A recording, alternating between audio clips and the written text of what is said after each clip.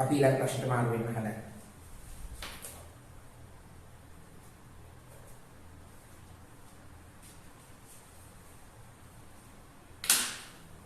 ඊළඟ ප්‍රශ්නාංකය අංක 11.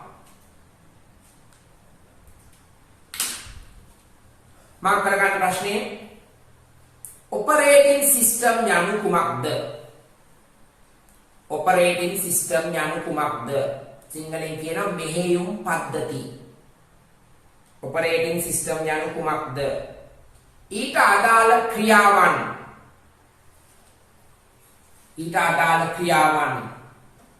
සහ ඒවායේ කාර්යයන් පැහැදිලි කරන්න.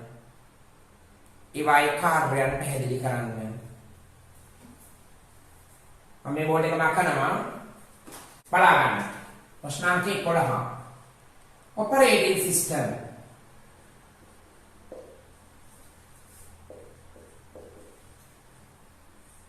මෙහිමයි. සිංහලෙන් කියනවා මෙහෙයුම් පද්ධති. ඔයගොල්ලෝ හොඳටම මේ වචනේ දන්නවා. Windows කම්පියුටර් එකේ Windows සිස්ටම් එක මොකක්ද? ඔපරේටින් සිස්ටම් එක. Windows කියලා කියන්නේ ඔපරේටින් සිස්ටම් එක. එතන මොබයිල් ෆෝන් එකේ Windows වගේ තියෙන්නේ මොකද්ද? මතක් කරන්න බලන්න. මොබයිල් ෆෝන් එකේ තියෙන්නේ Android.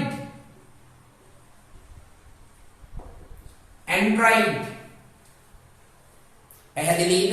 ෆෝන් එක ටිකක් පරණයි නම් Android version එක අනුව වෙනස් වෙනවා. සමහර තරමක් يعني හොඳ ෆෝන් එකක් තරමක් පරණ නම් ඔය WhatsApp වගේ පැකේජ් එකක් දාගන්න බැරි අවස්ථා තියෙනවනේ. WhatsApp දාන්න බැරි ඒවා තියෙනවා. ඒ වගේ. එතන ඒ Android වල version එක පරණයි. එහෙම පරණ වෙනකොට hard disk එකේ ROM එකේ ඉඩ කඩ අඩුයි. RAM එකේ ඉඩ කඩ අඩුයි. ඒතර WhatsApp දාන්න ඉඩමදි. WhatsApp වල වැඩ කරන්න ඉඩමදි. අන්න කාරණා. එහෙනම් WhatsApp දානකොට Android එක ටිකක් අලුත් එකක් වෙන්න ඕනේ. හරි. අපි එහෙනම් ඔපරේටින් සිස්ටම් කියන්නේ මොකක්ද කියලා බලමු. පරණ ආපු පරිගණක වලට ඔපරේටින් සිස්ටම් එකක් තිබ්බේ නෑ. පරණ ආපු පරිගණක වලට OS එකක් තිබ්බේ නෑ. ඒ OS එකක් නොතිබිච්ච සීමාවෙදී හරිද කෙරුණේ බොහොමත්ම සරල වෙච්ච නිශ්චිත කාරණා විතරයි. නිශ්චිත නම් කරන ලද කාරණා. නමුත් පරිගණකය කියන එක අද තියෙන මට්ටමට එනකොට ඒ අතරමැදි කාලපරාසයක් ඒගොල්ලෝ මේ ඉක්මවා ගියා. එහෙම යනකොට ඒක දියුණු වුණා. කියන්නේ එක පරිගණකයකින් එක කාර්යයක් නෙවෙයි බහුලව බොහෝ කාර්යයන් කරන්න පුළුවන්කම නිර්මාණය වුණා. අන්න එහෙම එනකොට ඔපරේටින් සිස්ටම් එකක අවශ්‍යතාවය මතුවුණා. ඒ වෙලාවේදී ඒගොල්ලෝ හඳුන්වලා දුන්නේ කවුද මේ ඒගොල්ලෝ? MS කවුද? Microsoft සමාගම හඳුන්වලා දුන්නේ MS DOS කියන ක්‍රමය. DOS කියන්නේ කවුද? Disk Operating System කියන අදහස. Disk Operating System කියන අදහස. පැහැදිලිද? මේ DOS කියන ක්‍රමය මොකද වුනේ? අපි කියනවා ඒක CLI ක්‍රමයක් කියලා. හරිද? CLI ක්‍රමයක්. එතකොට හොඳට තේරුම් කරගන්න CLI ක්‍රමයක් කියලා කිව්වහම දැනගන්න command line interface වචනාර්ථය. CLI කියන්නේ command line interface. මොකක්ද මේකේ තේරුම?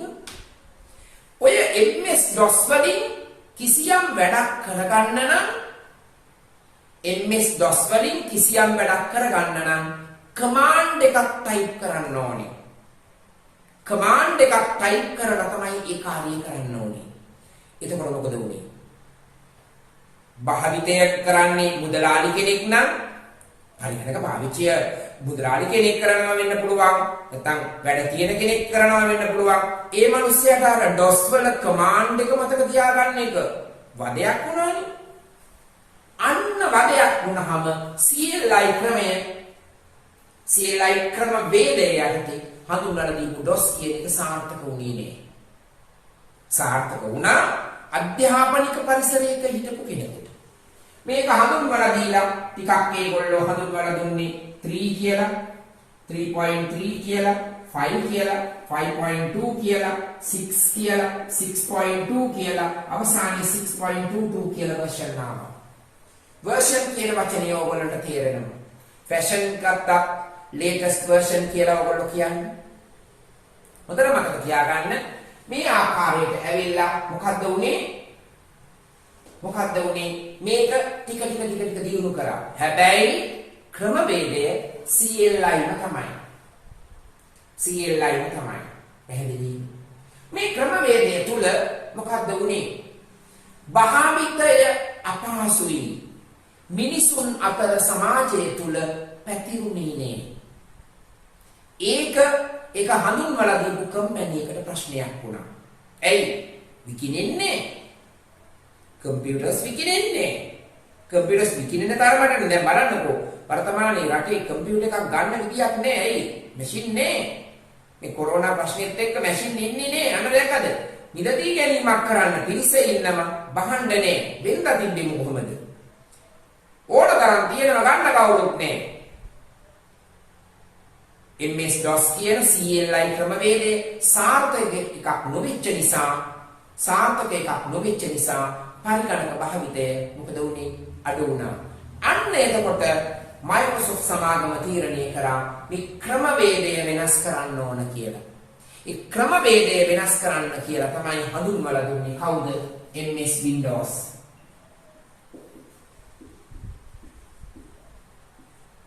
MS Windows හඳුන්වලා දුන්නේ A3 කියලා. ඊළඟට ආවේ 3.1 කියලා. ඊළඟට ආවේ 3.11 කියලා ආවා. ඊට පස්සේ 4 කියලා ආවා. 4 කියලා ආවේ 95 අවුරුද්දේ. Windows 95 කියන්නේ ඔය අවුරුද්ද. ඊට පස්සේ තමයි 98 කියලා ආවේ. 2000 කියලා ආවා. 2000 වලින් පස්සේ තමයි XP කියලා ආවා. NT කියලා ආවා. හරිද? ඊට පස්සේ තමයි Windows Vista කියලා ආවා. ඊට පස්සේ තමයි Windows 7 කියලා ආවා. Windows 8 කියලා ආවා. දැන් තියෙන්නේ 10.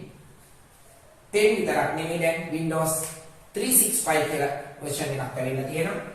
365 365 කියන එක කියන්නේ 365 කියන අවුරුද්ද දවස් 365 කියන අදහසනේ. ඔය අදහස ඔය ආකාරයට තමයි version ඇවිල්ලා තියෙන්නේ. මේ කවුද මේ? Windows හඳුන්වලා දුන්නේ GUI. අපි ආව දිගාරින වචනාර්ථය graphical user interface. දැන් ඔය තියෙනව නේද ඕගොල්ලොන්ට Windows වල දෙයක් තෝරගන්න ඕන වුණාම මෙනු එකක් එනවා නේද? මෙනු එකකින් තෝරගන්නනේ තියෙන්නේ. තෝරගන්න එක ලේසි නේද? ටයිප් කරන මට වඩා. අන්න ටයිප් කරන ක්‍රමවේදය තමයි CLI කියලා. තෝරගන්න ක්‍රමවේදය තමයි මේ ආවේ graphical user interface.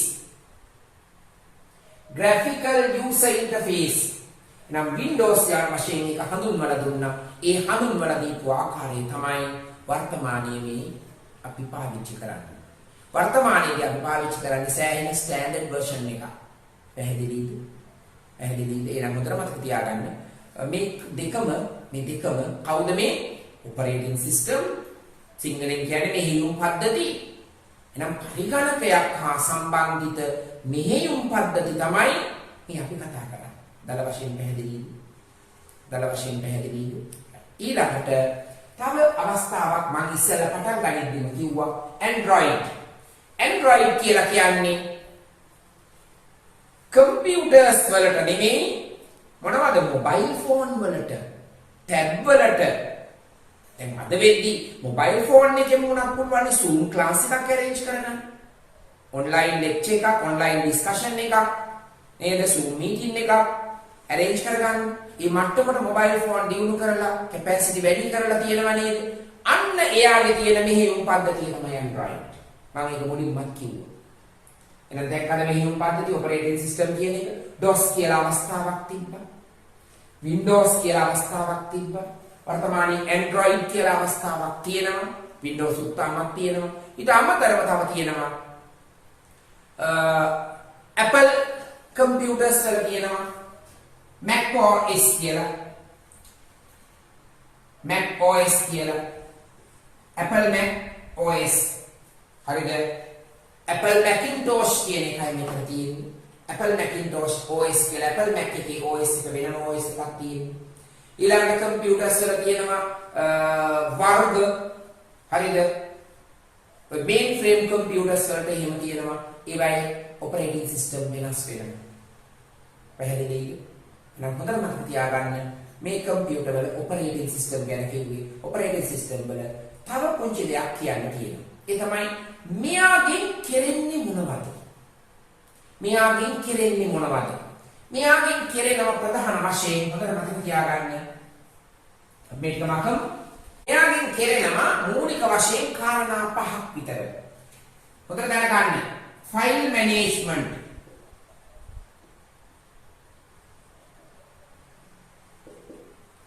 ඊළඟට input output management,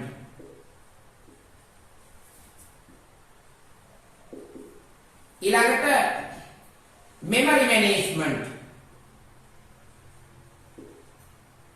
ඊළඟට task management, ඊළඟට security.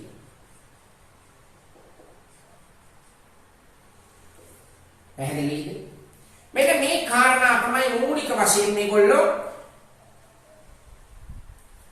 දැස්ති කරන්නේ. ෆයිල් කියන එකට data management කියලා දානවා. data කියලා ගත්තත් ඒකම තමයි. හරිද? දල වශයෙන් අපි ගනිමු මේ මොනවද කියලා. අපි හිතමු කම්පියුටර් එකකින් එකවර ඉන්ටර්නෙට් ලොග් වෙනවා, print out එකක් දෙනවා, word document එකක් open කරලා තියෙනවා, excel document එකක් open කරලා තියෙනවා, ඉන්ටර්නෙට් වල මොනවා හරි තව කාරණයක් load වෙමින් තියෙනවා. කාරණා හතරක් විතර මම කිව්වා. දැන් ප්‍රශ්නයක් තියෙනවා නේද කම්පියුටර් එක විසින් පළවෙනියට කරන්නේ මොන එකද? කොයි කාරණාවද? අන්න ප්‍රශ්නේ. පළවෙනියට කෙරෙන්නේ මොන කාරණාවද? පළවෙනියට කෙරෙන්නේ කොයි දේද කියන එක පාවිච්චි කරන් තීරණය කරන්නේ ඔපරේටින් සිස්ටම්. එහෙනම් අපි හිතමු යම්කිසි hard disk එකේ memory තියෙනවා.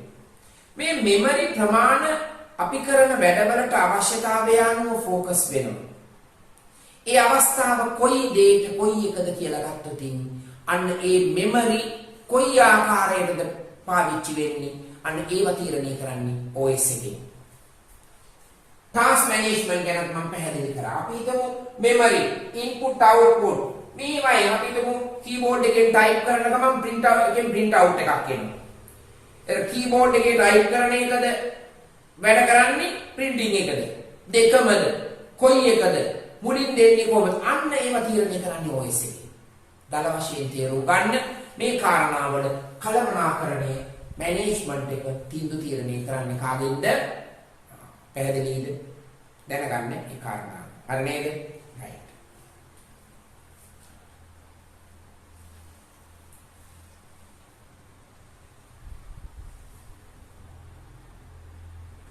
අපි තව ප්‍රශ්නයක් කතා කරමු. ඒ ප්‍රශ්නය තමයි ප්‍රශ්නාංක 12. මම ප්‍රශ්න ටිකක් වැඩිපුර කතා කරන්න පුළුවන් වගේ මේ යන සීමාව අනුව. මොකද මේක වීඩියෝ එකක් නිසා කිසියම් බ්‍රේක් එකක් නැතුව එක දිගටම කරනවා. ඕගොල්ලෝ පැය 6ක වීඩියෝ එකක් දාන්නේ. පැය දෙකේව 3කට හරි එක දිගටත් කරන්න බෑ. නමුත් මම ප්‍රශ්න කන්ටිනියු කරලා session wise කරලා ඒ ටික එකක් බවට පත් කරලා තමයි දාන්නේ. ඒ ටික හරියට අහන්න. මේ ටික ඇහුවත් ඕගොල්ලන්ට මම හිතනවා යම්කිසි ප්‍රමාණවත් බවක් තියෙවි විභාගයේ සඳහා. හරි නේද? හරි. අපි යන් අපි ගනිමු modern make ප්‍රශ්නාංක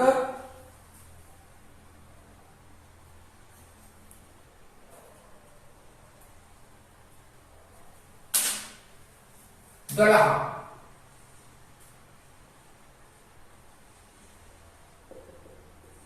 modern make modem කියන්නේ. මොඩම් එකක් කියන්නේ මොකක්ද? මොඩම් එකක් කියලා කියන්නේ හොඳට දැනගන්න. දැන් ඔයගොල්ලන්ට ගෙදර ඉන්ටර්නෙට් කනෙක්ෂන් එකක් ඕනේ. ඊමේල් කනෙක්ෂන් එකක් ඕනේ. මේල් එකක් යවන්න ඕනේ. අන්න ඒ වගේ අවස්ථාවකදී ගෙදර පාවිච්චි වෙනවනේ රවුටර් එක. මේක නැත්නම් ඩොන්ගල් එකක් ඔයගොල්ලෝ පාවිච්චි කරනවා. ඔන්නේ ඩොන්ගල් එක රවුටර් එක කියන කාරණාව තමයි මොඩම් එකක් වෙන්නේ. දල වශයෙන් මොඩම් එකක් වෙන්නේ. මේ මොඩම් එක මූලිකව හොඳට දැනගන්න මොඩම් එක මොන විදියටද පාවිච්චි වෙන්නේ? මොකක්ද ඒකේ ක්‍රියාකාරීත්වය? හරිද? අපි චුටි උදාහරණයක් ගමු. අපි හිතමු ඔන්න කැලණිය යුනිවර්සිටි එකේ පරිගණකයක් තියෙනවා. මේකේ තියෙනවා මොනවා හරි ෆයිල් එකක්. ඔය ෆයිල් එක අපට යවන්න ඕනේ තව රටක තියෙන පරිගණකයක් විතර. පැහැදිලිද? මේවා එතකොට සම්බන්ධ වෙලා තියෙන්න ඕන නේද? සම්බන්ධ වෙලා තියෙන කේබල් වලින්. කේබල් වලින්. පැහැදිලිද? සම්බන්ධ වෙලා තියෙන කේබල් වලින්.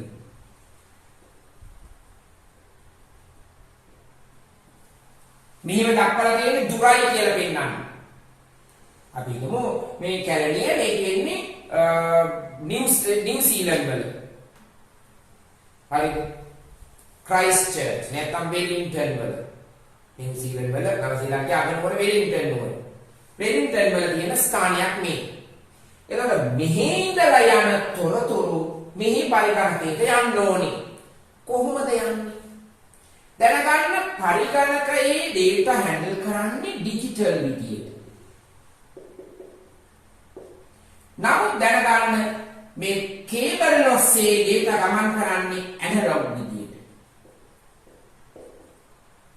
analog විදියට. එහෙනම් ගමන් කරන්න කලින් transfer කරන්න ඕන නේද? හරවන්න ඕන නේද? digital ඉඳලා analog වලට හරවන්න ඕනේ.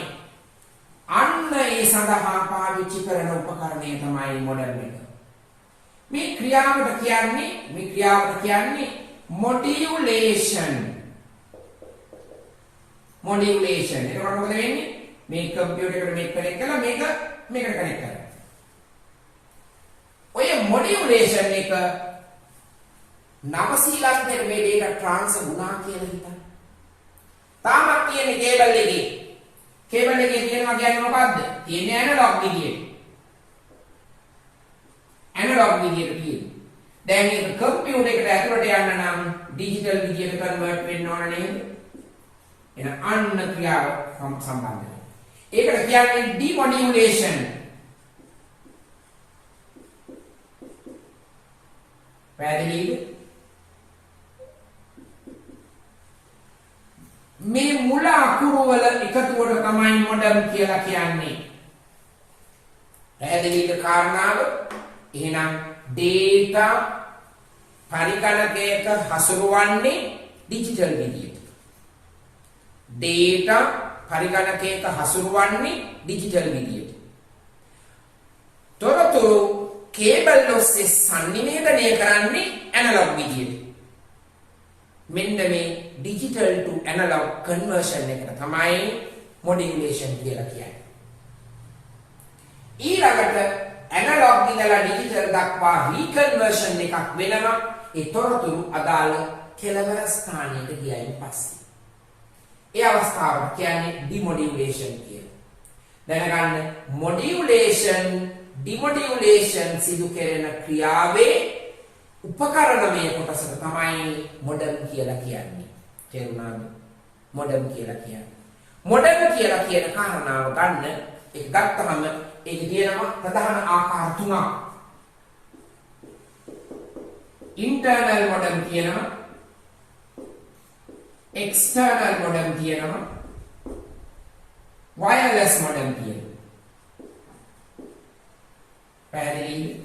ඉන්ටර්නල් මොඩම් කියනවා, එක්ස්ටර්නල් මොඩම් කියනවා, වයර්ලස් මොඩම් කියනවා. දැන් බලන්න ඕගොල්ලෝ අපි පාවිච්චි කරන මේ මොබයිල් ෆෝන් එකේ ඔය අපි ඩොන්ගල් එකක් ගහන්නේ නෑනේ.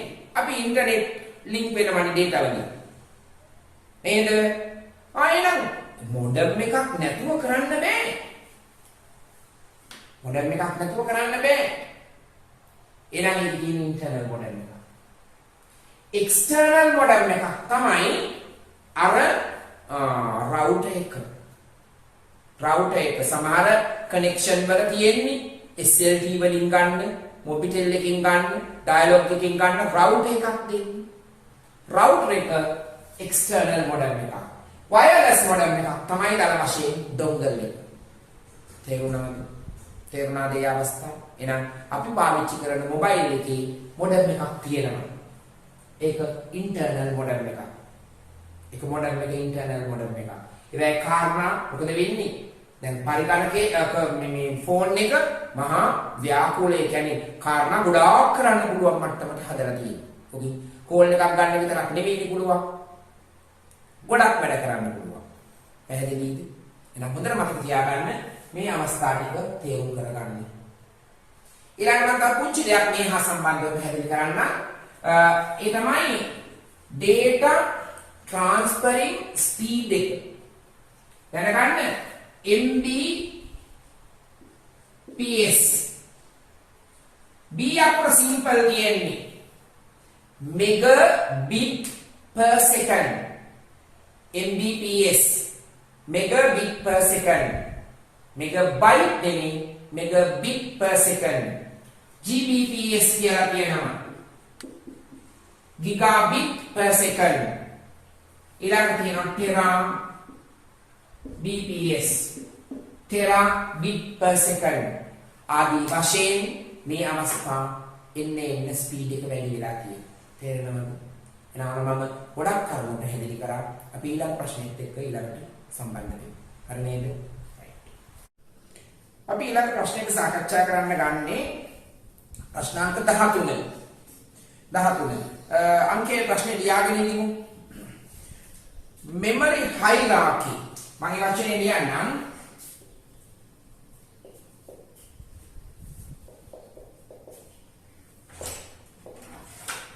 memory hierarchy යනු කුමක්ද පැහැදිලි කරන්න. memory hierarchy යනු කුමක්ද පැහැදිලි කරන්න. හරි හොඳට අහගන්න. දැන් memory hierarchy එකක් කියන එක සිංහලෙන් කියන්නේ මතක ධූරාවලිය. ධූරාවලියක් කියන්නේ අනුපිළිවෙලක්.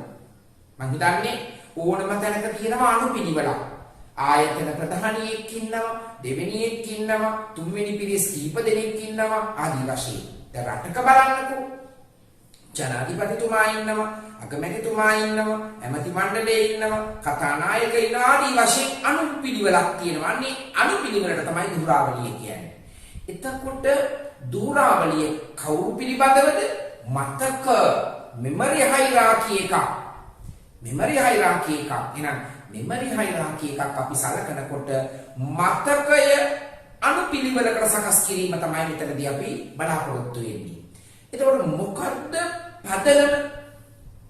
මොකද්ද පදනම? දැනගන්න මතකවල memory space එක. මතකවල memory space එක. ඊළඟට මේ මතකය කියවීමට ගත කරන කාලය. ඔය කාරණා දෙක විතරක් ගත්තත් අපිට මතක ධූරාවලියක් සකස් කරගන්න පුළුවන්. නැත්නම් memory hierarchy එකක් සකස් කරගන්න පුළුවන්. මම ඉදිරිපත් කරන්න සටහන.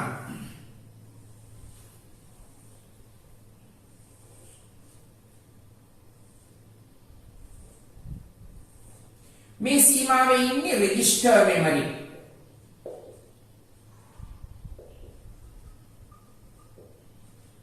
මේ සීමාවේ ඉන්නේ cache memory. මේ සීමාවේ ඉන්නේ RAM and ROM. RAM and ROM. මෙතන ඉන්නේ storage memory.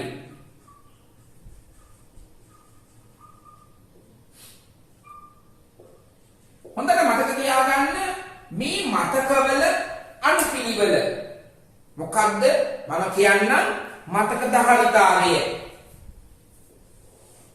ධාරිතාවය කියන්නේ කැපැසිටි එක. නේද? මතක ධාරිතාවය.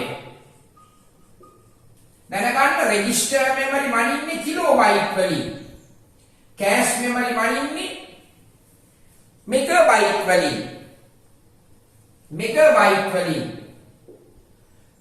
RAM ROM මනින්නේ ගිගාබයිට් වලින්. ස්ටෝරේජ් මෙමරි මනින්නේ ටෙරාබයිට් වලින්. පැහැදිලි?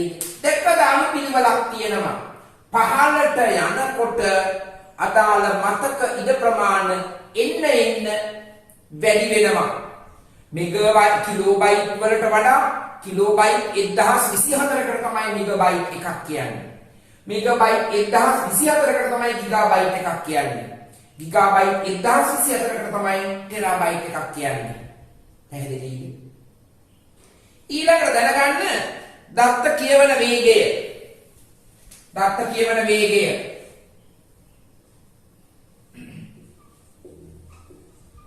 කියවීමට ගත කරන කාලය. දැනගන්න මෙතන යන්නේ නැනෝ තත්පර 5ක් වගේ කාලයක්. 5 nanosecond. මොකක්ද nanosecond එකක් කියන්නේ? තත්පරයක් බෙදනවා දසලක්ෂ 1000කට. දැන් මේ අපි කතා කරන තත්පරයක්.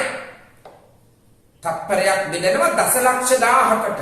බලන්න කොච්චර සංවේදී චූටි කාලයක් ගැනද මේ කතා කරන්නේ කියලා. ඒ 5ක් ගත වෙනවා.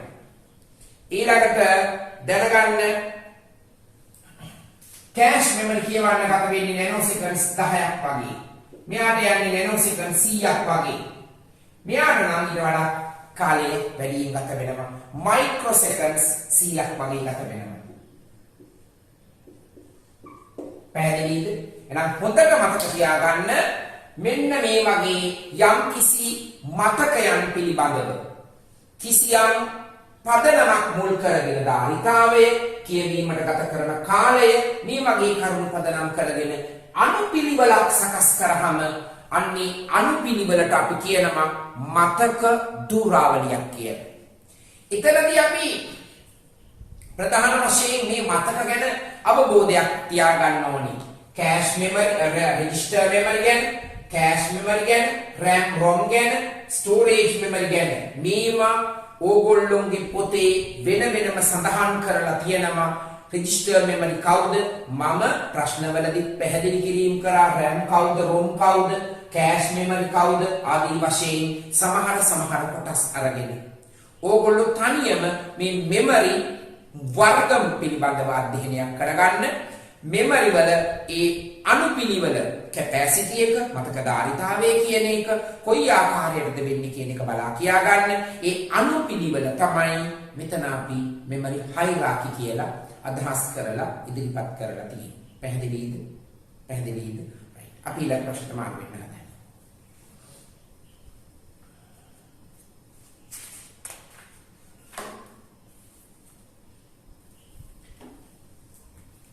මේක ඔයගොල්ලෝ වීඩියෝ එකක් නිසා මේක ස්ටොප් කරලා බෝඩ් එක මාක් කරගන්න ඕනේ. මම නෝට් දීලා නැහැ. යම් පැහැදිලි කිරීමක් විතරයි. ඔයගොල්ලෝ පැහැදිලි කිරීම නෝට් එකක් සකස් කරගන්න තනියම. හරි නේද? right. ප්‍රශ්නාංක 14 ලියන්නේ. PS2 හා USD යන පෝට් PORT යන පෝට් පිළිබඳව සංසන්දනාත්මකව කරුණු ඉදිරිපත් කරන්න. ප්‍රශ්නේ පැහැදිලිද? අපි මේ වචන ටික ඉස්සෙල්ලා ක්ලියර් කරගනිමු. මොකක්ද පෝට් එකක් කියන්නේ? ඔයගොල්ලෝ හොඳට දැනගන්න. පරිගණකයට අපි හිතමු අපේ මේ මොබයිල් ෆෝන් එක කනෙක්ට් කරනවා කියලා. එහෙම නෙමෙයි නම් පෙන් ඩ්‍රයිව් එක කනෙක්ට් කරනවා කියලා. එහෙම නෙමෙයි නම් තවත් මොනියම් හෝ උපකරණයක්, මොනියම් හෝ බාහිර අංගයක් මේකට සම්බන්ධ කරනවා කියලා. අන්න එහෙම සම්බන්ධ කරන්න තියෙන උපකරණමය කොටසට තමයි පෝට් එකක් කියන්නේ. දැන් ඕගොල්ලොන්ට තියෙන හොඳම අත්දැකීම තමයි ඕගොල්ලෝගේ මොබයිල් ෆෝන් එක charge කරනවා උදේ. සමහර ඉතින් හවසට charge කරගන්නවා බැටරි බහැලා නම්. හරිද? උදේට මේක charge කරනකොට අන්න දැක්කද? ඒ charging මේ මොකක් හරි පැක් එක මොබයිල් ෆෝන් එකට කනෙක්ට් කරන්න ඕන නේද? අන්න කනෙක්ට් කරන්න තියෙන ස්ථානය තමයි පෝට් එකක් කියන්නේ. ඒ වගේ පෝට් පිළිබඳව මොබයිල් ෆෝන් එක ආශ්‍රිතව ඕගොල්ලෝ කරුණු දන්නවා. ඕගොල්ලෝ හිතන්නකෝ ඕගොල්ලෝ බස් එකක යන ගමන් සින්දුවක් අහනවා කියලා. ඒක ටිකක් වර්තමානයේ ප්‍රසිද්ධයිනේ. මම නම් ඒකට ඇත්තටම විරුද්ධයි. මොකද හේතුව ඕගොල්ලෝ හොඳට මතක තියාගන්න. ඕගොල්ලෝ ඔය වයස නෙමෙයි ඕගොල්ලෝ අපේ වයසට විතර එනකොට ඔය කන් දෙක මොකද වෙන්නේ? වැඩි හානියකට ලක් කරගත්ත කෙනෙක් තමයි ඒ වයසට එන්නේ. එතකොට මොකද වෙන්නේ? අපට වඩා අඩු කාලයකදී ඕගොල්ලෝ නිකන් ඇහෙන්නේ නැතුව යනවා. පැහැදිලිද? හරි. අපි හිතමු මේ කොහොම වුණත් ඔය කොච්චර කිව්වත් ඕගොල්ලෝ සින්දු අහන එක නවත්තන්නේ නැහැ නේ. හරි. එහෙනම් ඔන්න සින්දුවක් අහනකොට හෙඩ්සෙට් එක ගහ ගන්න ඕනේ. නේද? හෑන්ඩ් ෆ්‍රී එක ගහ ගන්න ඕනේ නේද? හෙඩ්සෙට් එක ගහගන්න කොහෙද? ස්ථානයක් තියෙනවා කනෙක්ට් කරන්න. ඒක පෝට් එක. එහෙනම් පෝට් වචනේ තේරුණාද? දැනගන්න බාහිර උපකරණ සම්බන්ධ කරන්න තියෙන ස්ථානය පෝට් නම් පෝට් තියෙනවා කිහිපයක්, අවස්ථා කිහිපයක්, වර්ග කිහිපයක්, හැඩතල කිහිපයක්. ඒකෙන් දෙකක් තමයි මම මේ අරගෙන තියෙන්නේ. එතකොට ඕගොල්ලෝගේ වගකීම තමයි ඒක ඉස්ත කරන්න පෝට් පිළිබඳව නිවැරදිව නෝට් එක කියව ගන්න. පොතේ තියෙනවා දීලා තියෙන පොත්වල පෝට් කියලා Google එකේ ගැහුවත් දෙනවා. මම මගේ පොතේ මේක වෙනම සඳහන් කරලා තියෙනවා. ඒ පිටු අරගෙන කියව ගන්න. ඒ උදව්ව තමයි පුතේ මේ කරන්නේ. ඒක ලෑස්ති කරගන්න. මොකද හැමෝම ගොඩක් අය මෙසේජ් කරනවා කියනවා මොකද්ද තුන්වෙනි වතාවට කරේ සර් ඒත් අපි ෆේල් කියලා. ඒතර ඒ වගකීම තියෙන්නේ නිසිපරිදි විභාගය කරලා නැහැ. එහෙනම් මේ කොටසක් අරගෙන හොඳට මේවා කියවලා හොඳට ධාරණය කරගෙන මේවා ඊට ධාරණය වෙන්නේ නැහැ. ඒකයි ප්‍රශ්නේ තියෙන්නේ. නමුත් කල යුතුයි. නැතිනම් මේ ගමනක් විභාගේ ප්‍රශ්නයක් කරගන්නවා. පැහැදිලි නේද? right. එහෙනම් දැනගන්න පෝට් එක වචනේ කියලා දුන්නා. පෝට් ආකාර ප්‍රධාන ආකාර කීපයක් තියෙනවා. මූලිකවම යෙදෙන ආකාර දෙකක නම් තමයි PS2 පෝට් එක, USB පෝට් එක කියලා කියන්නේ. PS2 පෝට් වලින් කනෙක්ට් කරන්නේ ඔයගොල්ලෝ හොඳට මතක තියාගන්න කීබෝඩ් එකයි මවුස් එකයි. කීබෝඩ් එකයි මවුස් එකයි.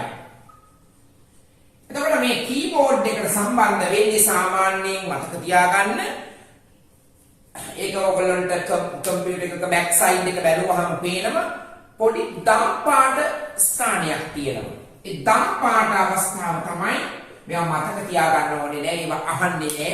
නමුත් ඔයගොල්ලෝ කනෙක්ට් කරගන්නකොට දැනගන්න ඕනේ දම් පාට මවුස් එක කනෙක්ට් කරන්නේලා කොළ පාට පෝට් එක. ඒ ස්ථානයේ තියෙන පෝට් එකක් මෙන්න මේ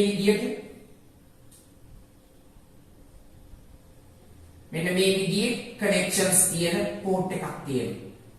පැහැදිලිද? ඔය පෝට් එක තමයි අපි කියන්නේ කවුරු කියලාද? PS2 පෝට් එක. මේ PS2 පෝට් එක එච්චර අලුත් එකක් නෙවෙයි. පරණම එකක් නෙවෙයි. පරණම තියෙන අවස්ථාව මම කීබෝඩ් මවුස් වලට සම්බන්ධව කරලා කියන්නම්. මුලින්ම තිබුණේ සීරියල් මවුස්. මවුස් එක අපි ගනිමු සීරියල් මවුස්. ඊළඟට ආවේ PS2 මවුස්. ඊළඟට තිබ්බේ USB මවුස්. USB වචනේ නැවත වතාවක් අපිට කතා බහ කරන ප්‍රශ්නය ඇතුලේ තියෙනවා. ඊළඟට අද වෙද්දි තියෙන්නේ wireless mouse. codeless. මම අවස්ථා හතරක් කිව්වා. මම නැවත ඒ හතරම කියනවා. serial mouse, PS2 mouse, USB mouse, codeless නැත්නම් wireless mouse. පැහැදිලිද? එහෙනම් හොඳට මතක තියාගන්න මූලිකව මවුස් එක කීබෝඩ් එක පරිගණකයට සම්බන්ධ කරන්න තරමක් අතීතයේ වර්තමානයේ එන අදාළ මේ අවස්ථාවල පරිගණකයේදී මේ PS2 mouse එක තියෙනවා. PS2 mouse එක තියෙනවා. හැබැයි mouse එක එන්නේ USB වලින්. පැහැදිලාවත් හදිස්සියේ පරණ mouse එකක් කනෙක්ට් කරන්න වුණොත් අන්න එතකොට මේ mouse port එක වෙනම තියෙනවා. පැහැදිලිද? පැහැදිලිද? දැන් බලන්නකෝ සමහර වෙලාවට අලුතෙන් ගත්ත මොබයිල් ෆෝන් එක charge කරනකොට පරණ charger එකෙන් charge කරන්න බෑ නේද? අන්න සිද්ධි. ඒ කියන්නේ port එක වෙනස් කරලා තියෙන්නේ. port එක වෙනස් කරලා තියෙන්නේ. පැහැදිලිද? flat කියලා කියයි USB ආකාර කියයි ආදී වශයෙන්. හරි. ඊළඟට අපි ගනිමු USB port එක. මොකද මේ USB කියන්නේ? USB කියලා කියන්නේ Universal Serial Bus. වචනේ ලියාගත්තට කමන්නේ ස්පෙල් කරලා Universal Serial Bus. මම ඔයගොල්ලන්ට පුංචි දෙයක් කියන්නම්. අපි හිතමු ඉංග්‍රීසි ලියනකොට අකුරක දෙකක වැරද්දක් වුණා කියලා. ඔයගොල්ලෝ කියන්නේ ස්පෙලිං වරදිනවා කියලා. ස්පෙලිං වැරදුනාට කමක් නැහැ. විභාගෙදී ඉංග්‍රීසියෙන් ලියන්න. Tamante එක ඉංග්‍රීසියෙන් ලියා ගන්න බෑ කියලා හිතෙනවා නම් සිංහලෙන් හරි ලියන්න ඉංග්‍රීසි වචනේ. ඔයගොල්ලෝ ඔය WhatsApp කරන්නේ සිංහල වචනේ ඉංග්‍රීසියෙන් නේද ගහන්නේ? එහෙනම් මතක තියාගන්න ලියනකොට වචනේ ස්පෙලිං අත්‍යවශ්‍යම නෑ. ලියන්න පුළුවන් නම් ගොඩක් හොඳයි. ලියන්න බැරි වුණා කියලා ලකුණු අස් කරන්නේ නෑ. ලකුණු අයින් කරන්නේ නෑ. ලකුණු අඩු කරන්නේ නෑ. පැහැදිලිද? පැහැදිලිද? හරි දැනගන්න. USB කියන්නේ කවුද එතකොට? Universal Serial Bus. මේ USB කියන ස්ථානීය ඇත්තටම පාවිච්චි කරනවා pen drive එකට අපි කියනවා USB drive එකක්. පැහැදිලිද? ඒ කියන්නේ කනෙක්ට් කරන port එකේ නමින් තමයි එයාව නම් කරලා තියෙන්නේ. කනෙක්ට් කරන port එකේ නමින් තමයි එයාව නම් කරලා තියෙන්නේ. පැහැදිලිද? එතකොට USB කියන එකේ තියෙන විශේෂ අර්ථයක්. PS2 එක USB මන් දැන් සංසන්දනය කරන්න හදන්නේ. ඔන්න PS2 mouse එකක් තියෙනවා. හරිද? PS2 mouse එකක් තියෙනවා. PS2 mouse එක ලාකොළ පාට මේකට කනෙක්ට් කරලා තියෙන mouse එක. අපි හිතමු ඒකේ වැඩ කර ඉන්නකොට අපට මට මේ සිද්ධිය අත්දැකලා තියෙනවා. mouse එක එකපාරටම ස්ට්‍රක් වෙනවා. ඒ කියන්නේ mouse එක හෙල්ලුවට mouse pointer වැඩ කරන්නේ. දැන් මොකද කරන්නේ? මම ඒ අදාළ ටෙක්නිකල් ඔෆිසර් කෙනෙකුට කිව්වහම එයා ඇවිල්ලා ඒ mouse එක ගලවනවා. සමහර විටක ගලවලා අපි මක් කරගන්නවා ආපහු කනෙක්ට් කරාම හරියනවා. සමහර විටක කනෙක්ෂන් පෝට් වල ප්‍රශ්නයක් තියෙන්න පුළුවන්. පැහැදිලිද? කනෙක්ෂන් පෝට් වල ප්‍රශ්නයක් තියෙන්න පුළුවන්. හරියන්න පුළුවන්. එහෙම හරියන්නේ නැත්නම් එයා කරන්නේ අලුතෙන්ම mouse එකක් ගෙනල්ලා mouse එක කනෙක්ට් කරනවා. දැන් mouse එක වැඩ කරනවද? mouse එක වැඩ කරන්නේ.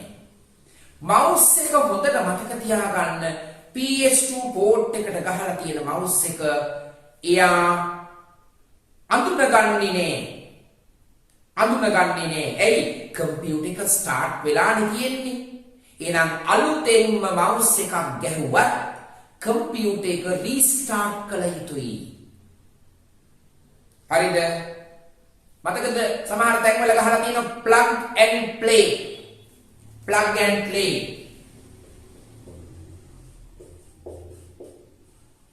plug and play කියන්නේ USB වල. PS2 වල වැඩ කරනවා කියන්නේ plug restart after play. plug කරන්න කම්පියුටර් එක රීස්ටාර්ට් කරන්න නැත්නම් ෂට් ඩවුන් කරලා ආපහු ඕපන් කරන්න ඕන් කරන්න ඊට පස්සේ ප්ලේ වෙන්නේ. ඇයි? ඒ mouse එකේ mouse port එක කම්පියුටර් එක මුලින් කියවගත්ත mouse එක නෙමෙයි දැන් තියෙන්නේ. mouse එක මාරු වෙලා ඒ mouse එක පරිගණකයේ විසින් අඳුනන්නේ. පරිගණකයේ විසින් අඳුනගන්නේ නෑ. නිකමට හිතන්නකෝ ඕගොල්ලෝ පාරක දැක්කට අඳුනන්නේ නැති කෙනෙක් දැක්කහම කතා කරනවද? මම නම් කතා කරන්නේ. පැහැදිලිද? මම දැක්කත් ඕගොල්ලෝ අඳුරන්නේ නැත්තම් ඕගොල්ලෝ දැක්කත් මම අඳුරන්නේ නැත්තම් කතා කරන්නේ. නමුත් හදිසියකට කතා කරන්න නම් කතා කරන්න කලින් අපි අඳුන ගන්න ඕනේ. අන්නේ අඳුනා ගැනීමේ අවශ්‍යතාවය තමයි මොකක්ද ප්ලග් රීස්ටාර්ට් කරන්නේ. මතක් කරන්න බලන්න. ඒ අඳුන ගැනීම කරන්නේ කොතනින්ද? ඒ අඳුන ගැනීම කොතනින්ද කරන්නේ? මතකද මම මීට ඉස්සෙල්ලා ප්‍රශ්නයකදී කතා කරා RAM සහ ROM වල සංසන්දනාත්මක වෙනස්කම් කතා කරා. ROM එකේ තිබුණා මතකද BIOS? ROM එකේ තිබුණා BIOS basic input output system. Computer එක on වෙනකොට input output මාධ්‍යයන් වැඩ කරන මට්ටමේ තියෙනවද කියලා අපි බලාගත්තයි කියලා මතකද කිව්වයිද? ඒ වෙලාවේ.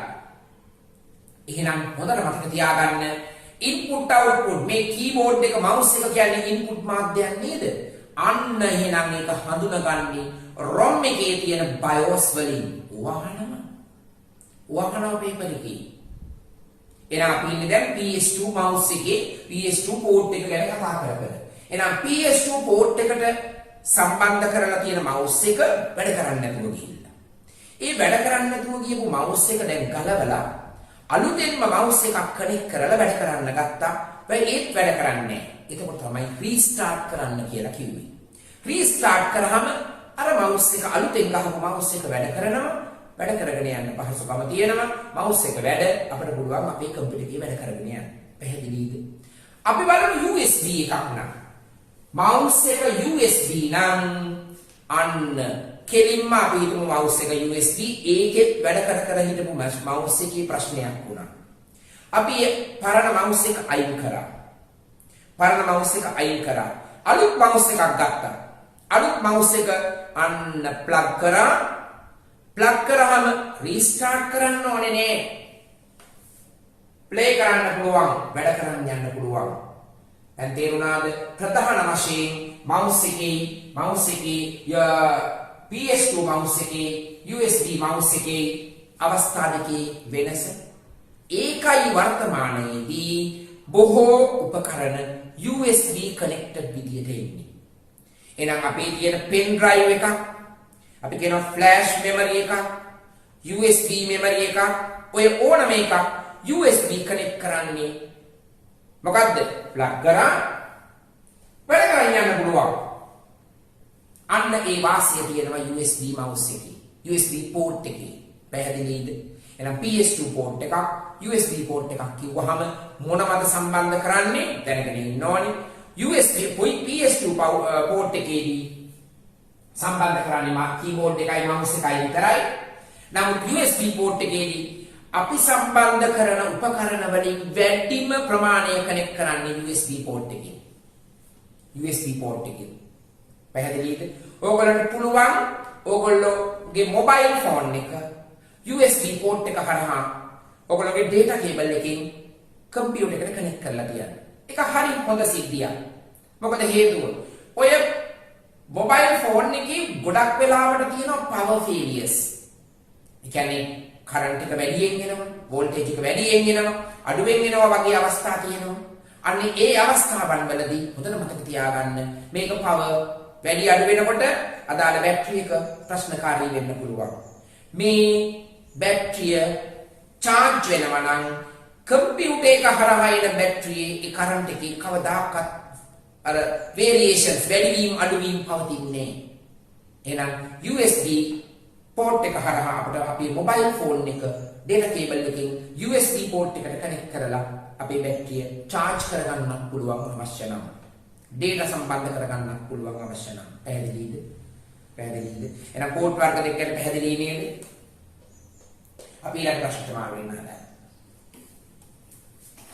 ප්‍රශ්න අංක 15.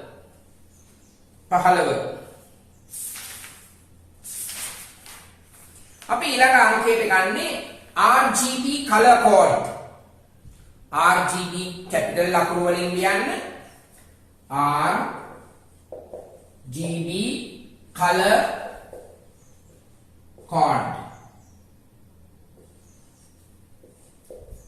RGB color code. මේ සිද්ධියක් මම පොඩ්ඩක් මතක් කරන්නම්. මතක තියාගන්න. මෙතනදී හරි වැදගත් වෙන අවස්ථා කිහිපයක් තියෙනවා. මේක පැහැදිලි කරනකොට අපිට 16 පාදයේ සංඛ්‍යා වැදගත් වෙනවා. මම ඒක ඉස්සෙල්ලා මතක් කරලා ඉන්නම්. 16 පාදයේ සංඛ්‍යා. 16 පාදයේ සංඛ්‍යා කියලා කිව්වහම හොඳට මතක තියාගන්න ඉංග්‍රීසියෙන් කියන්නේ hexadecimal number system. hexadecimal number system. මේ hexadecimal number system එකේදී numbers වලදී ඉලක්කම් තියෙනවා 16ක්. දැන් අපි ගණන් කරන ගණන් මාධ්‍යයේ තියෙන ඉලක්කම් 10යිනේ. 0 1 2 9 දක්වානේ. ඔය ඉලක්කම් වල ඉන්නේ ඕනම එකක් 928යි කියයි 1472යි කියයි 50370යි කියයි මේ ඕනම සංඛ්‍යාවක් කියන්නේ ඔය ඉලක්කම් 10 පදනම් කරගෙන. පැහැදිලිද? නමුත් දැනගන්න 16 පාදයේ සංඛ්‍යාවලට ඉලක්කම් තියෙනවා 16ක්. ඉලක්කම් තියෙනවා 16ක්. පැහැදිලිද? මතක තියාගන්න. ඒ ඉලක්කම් 16 ගත්තහම ඒ ඉලක්කම් 16 ගත්තහම හොඳට මතක තියාගන්න අපි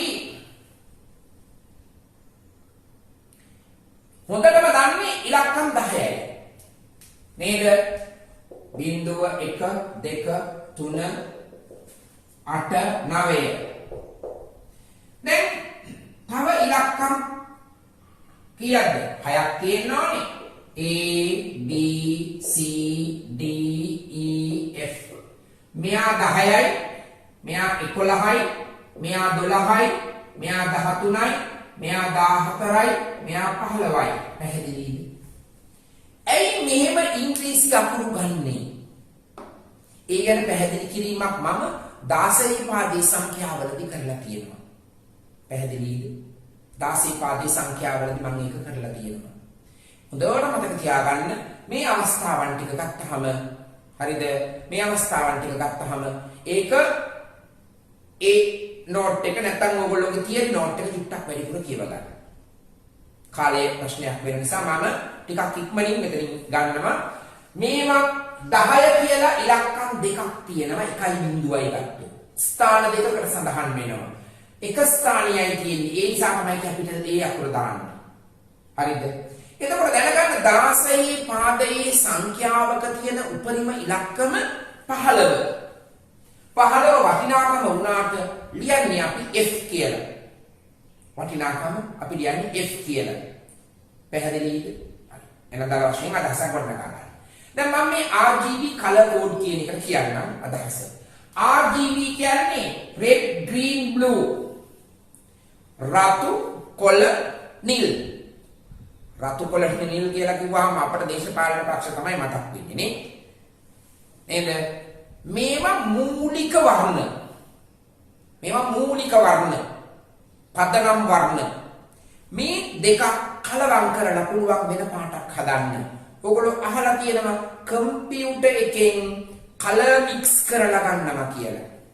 ඒක අත්‍යවශ්‍ය අවස්ථා තියෙනවා. ඒක අත්‍යවශ්‍ය අවස්ථා තියෙනවා.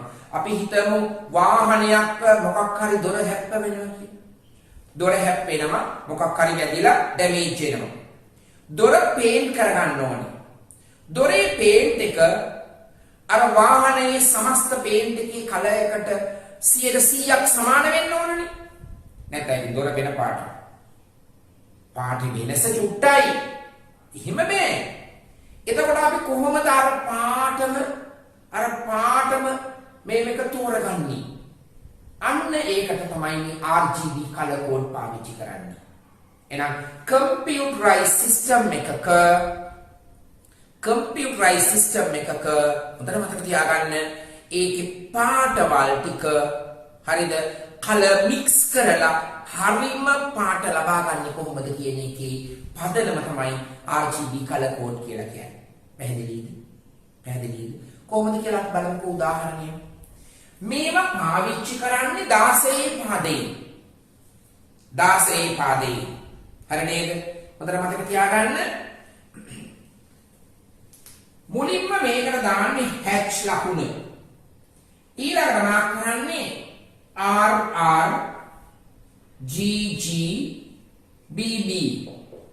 මෙන්න මේ කෝඩ් එකේ විදියට රතු පාට උපරිමයක් සඳහන් කරලා රතු පාට මේ කෝඩ් එකෙන් දාන්නේ.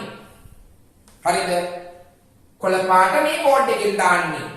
නිල් පාට මේ කෝඩ් එකෙන් දාලා ඉදිරිපත් කරාම ඔය ටික මිශ්‍ර වෙලා එනවා අදාළ නිවැරදි වර්ණය. ඔන්න බලන්න මම උදාහරණයක් ගන්නම්. මෙහෙම ගන්නකො. රතු පාට අපි දාමු F. මේගොල්ලෝ නේ. එහෙනම් මේ කියන්නේ කවුද? තද රතු. දැක්කද පාට? මේ R කියන්නේ රෙඩ් කියන එකනේ. රෙඩ් එකට දානවා උපරිමාගය. රතු උපරිමාගය දැම්මහම එයාගේ පාට පේන්නේ තද රතු. තේරුණාද? ඊළඟට අපි දාමු බිඳුවයි FF බිඳුව. මේ කියන්නේ තද කොළ.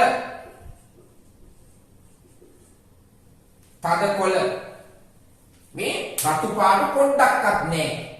නිල් පාට පොඩ්ඩක්වත් නැහැ. මේ කොළ පාට උපරිමයෙන් තියෙනවා. තද කොළ. තේරුණාද ගන්න විදිය?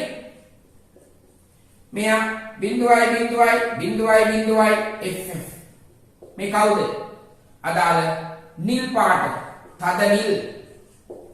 මෙහිම આવොත් බිඳුවයි આવොත් එන්නේ මතක තියාගන්න කළු පාට. තද කළු.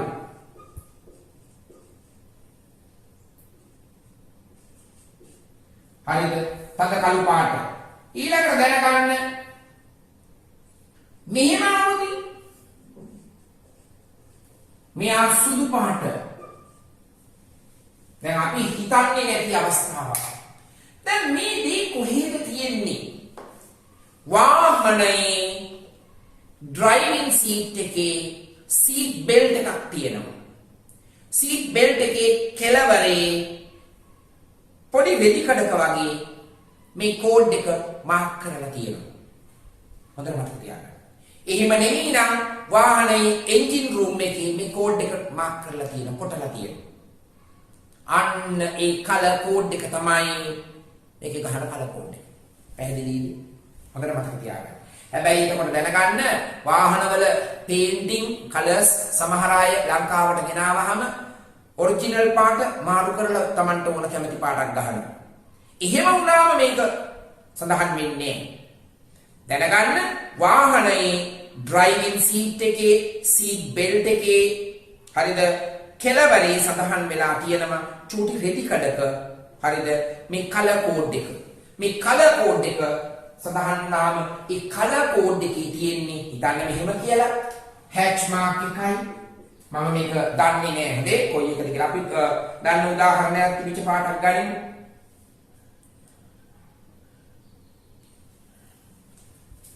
අටයි බිඳුවයි මේක ග්‍රේ කලර්. අපි කියන්නේ අලු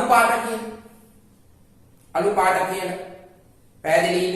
මම තව උදාහරණයක් කියන සිල්වර් කලර් මේක C බිඳුව මෙයා සිල්වර් කලර්. එහෙනම් මේ කලර් එකේ අපි දැනගන්න ඕන ප්‍රධාන කාරණා දෙකක් තුනක් මම කිව්වා. මේකේ මේ අගයන් සඳහන් කරලා තියෙන්නේ මොහොකින්ද? 16 පාදේ සංඛ්‍යාවලින්. පවතින වර්ණ රටාව මොකද්ද? RGB. රතු, කොළ, නිල්. අන්න ඒ පදනමින් හරිද? RR අවස්ථා දෙකක් ඉලක්කම් දෙකකට තියෙනවා. GG තව අවස්ථා දෙකක් තියෙනවා. BD blue තව අවස්ථා දෙකක් තියෙනවා. මේ පදනමින් 16 පාදේ සංඛ්‍යා ඇතුළත් කරාම ලැබෙනවා. කලර් මික්ස් කරන කම්පියුටර් එකට මෙයාව ඇඩ් කරාම මේ පාටින් අදාළ තීන්ත 1 ලීටර් හරි ලීටර් භාගයක් හරි ලීටර් කාලක් හරි අදාළ තීන්ත වර්ගයෙන් සකස් වෙලා හරියට ලැබෙනවා. පැහැදිලිද? දැනගන්න රතු පාට විතරයි නම් තද රතු. කොළ පාට විතරයි නම් උපරිමය තද කොළ, නිල් පාට උපරිමයෙන් තියෙනවා නම් තද නිල්, මොකුත්ම ඒ පාට නැතිනම් තද කළු, මෙයා සුදු පාට. මේ කෝඩ් එක දුන්නාම ලැබෙන පාට තමයි මෙතන සඳහන්. එහෙනම් කලර් කෝඩින් වල මේ ලැබිච්ච පුංචි කාරණා ගැන පැහැදිලි බවක් තියන්න. පැහැදිලිද? අපි ඊළඟ ප්‍රශ්න මාර්ගය.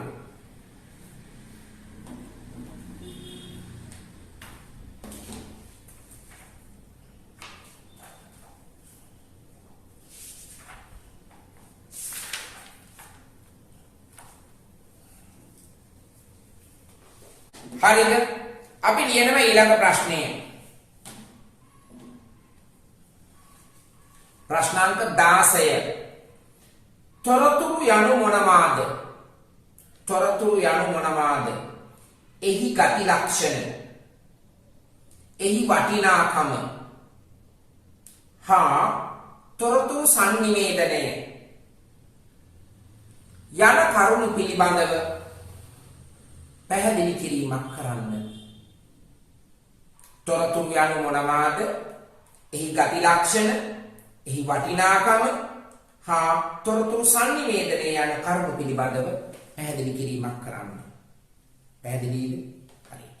මේ ප්‍රශ්නේ හොඳට තේරුම් ගන්න බලමු. ප්‍රශ්නාංක 16.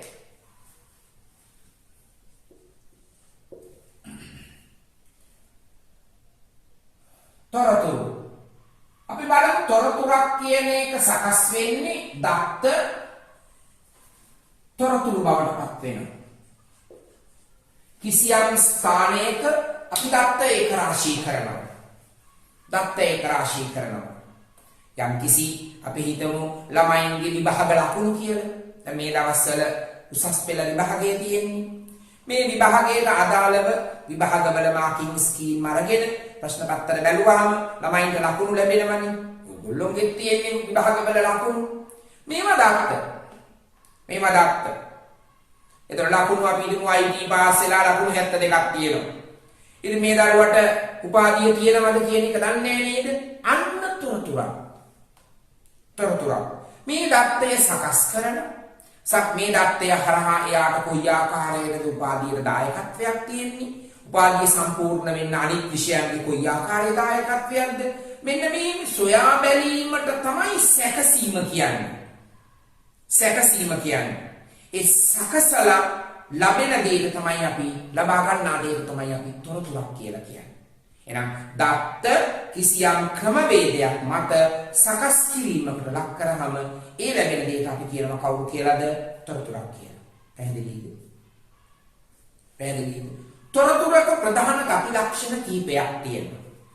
තොරතුරක ප්‍රධාන ගති ලක්ෂණ කීපයක් තියෙනවා.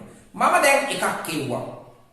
දැන් IT වලට ලකුණු 72ක් ආවහම අපට තීරණයක් දෙන්න බෑ එයාට උපාධිය සම්පූර්ණයි කියලා. පැහැදිලිද? අන්න දත්තයකින් තීරණ ගන්න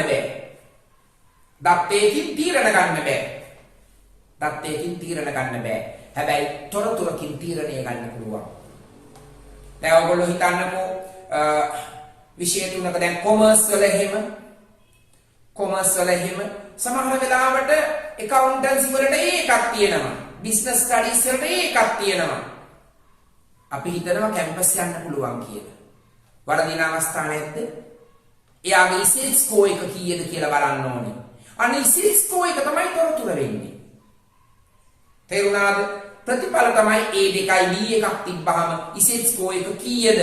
අන්න ඒ අනුව ලැබෙන කාරණාව තමයි තොරතුර වෙන්නේ. සහ දත්ත ටික ඒ බවට පත් කිරීමට යම් කිසි ක්‍රමවේදයක් සකස් කරා. ඒක තමයි දත්තවල සැකසුම් ක්‍රමවේදය. එහෙනම් අපි දැන් තොරතුරු වල ගති ලක්ෂණ කතා කරන්න හදන්නේ. පළවෙනි එක මම දැන් කිව්වා. තීරණ ගන්න පුළුවන්. දෙවෙනි එක අර්ථවත් වෙනවා කියන්නේ ඒකෙන් කිසියම් අර්ථයක් පැහැදිලි කිරීමක් කරන්න පුළුවන්. තේරෙනවද? හොඳට මතක තියාගන්න. පැහැදිලි කිරීමක්. දෙවෙනි එක අන්ත සංනිවේදන මාධ්‍යයක් වෙනවා. තොරතුරු අපි දන්නවා තොරතුරු සංනිවේදනය. ICT කියන්නේ Information and Communication Center. ICT Center. එහෙනම් දැනගන්න තොරතුරු හා සංනිවේදනය. එහෙනම් සංනිවේදනය කරන්නේ තොරතුරු. පැහැදිලිද? ඊළඟට අර්ථවත් වෙනවා. මාක් කරගන්න ඕගොල්ලෝ අර්ථවත් වෙනවා. අන්තර් සංනිවේදන මාධ්‍යයක් වෙනවා. තීරණ ගැනීමට උපකාරී වෙනවා. කාරණා තුනක් කිව්වා. තව තියෙනවා පෙර දැනුම නවීකරණය කරනවා. පෙර දැනුම නවීකරණය කරනවා. ඒ කාරණේ මොකද්ද? දැන් බලන්න ලංකාවට ඩොලර් ප්‍රශ්නයක් තියෙනවා. හරිද? ඒගොල්ලෝ සඳහන් කරනවා ගිය අවුරුද්දේ ජනවාරි වල ආපු සංචාරකයන්ට වඩා මේ අවුරුද්දේ ජනවාරි වල ආපු සංචාරකයන් දැක්කද? ගිය අවුරුද්දේ ජනවාරි වල ආපු අයට වඩා මේ අවුරුද්දේ කියන්නේ දැක්කද? පෙර දැනුම අලුත් කරලා නවීකරණය කරා නේද? අන්න කාරණේ. පෙර දැනුම නවීකරණය කරනවා. පෙර දැනුම නවීකරණය කරනවා. එහෙම නැත්නම් ඉස්කෝලේක තිබුණොත් එහෙම මොකද්ද වෙන්නේ? ළමයි ගිය අවුරුද්දේ 5 දෙනෙක් මෙඩිකල් කොලෙජ් ගියා නම් මේ අවුරුද්දේ අන්න පෙර අවුරුද්දේ ගියපු එක මොකද්ද? දැනුම අලුතෙන් ආපු කාරණාත් එක්ක නවීකරණය වෙනවා. පෙර දැනුම නවීකරණය කරගන්න පුළුවන්. තොරතුරු ආශ්‍රිතව. ඊළඟට සමහර වෙලාවට මේ කාරණේ දක්වලා තියෙනවා විශ්මය දනවන සුළුයි. තොරතුරු විශ්මය දනවන සුළුයි. පැහැදිලිද? right. ඊළඟට දැනගන්න මේ තොරතුරු වල වටිනාකම්. තොරතුරු වල වටිනාකම්. තොරතුරක් කියන්නේ ඇත්තටම ඔය මාධ්‍ය ආයතනවල ප්‍රවෘත්ති කියන්නේ. බලන්න සකස් කරලා නේද ප්‍රවෘත්ති දෙන්නේ. එඩිට් කරලා නේද දෙන්නේ. ඔය මම දැකලා තියෙන එක ආයතනයක තියෙන ෆයිනල් කට් and unedited කියලා. unedited ඒවා තියෙනවා. එඩිට් කරනවා. ඒ සමහර වෙලාවට සමහර අය වචන පාවිච්චි කරනකොට හොඳ නැති වචන පාවිච්චි කරනවා. ඒවා ඒගොල්ලෝ නවත්තනවා, ඒක කපනවා, ඒ හඬ අයින් කරනවා. අද දැකද එඩිට් කරලා දානවා. එහෙනම් හොඳට මතක තියාගන්න තොරතුරක් කියලා කියන්නේ ප්‍රවෘත්තියක් කියන එක. එතකොට මේ ප්‍රවෘත්තිය පරණ නම් වටිනවද? නෑ. එහෙනම් තොරතුරක් වටින්නේ ලද සැනින්. තොරතුරක් වටින්නේ ලද සැනින්. පැහැදිලිද? එහෙනම් තොරතුරක වටිනාකම වැඩි වෙනවා. මොකද ආරම්භක මොහොතේම. නමුත් ආරම්භක මොහොතේම ඊටමත්ම වටින මේ තොරතුර හරිද? කාලයක් ගත වෙනකොට වටින්නේ නැතුව යනවා. කාලයක් ගත වෙනකොට වටින්නේ නැතුව යනවා. ඔයගොල්ලෝ මතක් කරන්න බලන්න වෙනදා අර 2019 2020 ජනවාරි වල විතර මම හිතන්නේ මාර්තු වල ලංකාවේ පළවෙනි මේ කොවිඩ් රෝගියා හම්බ වුණා. එයාව හම්බ වෙච්ච විදිය ඉන්න ලොකු තොරතුරක්.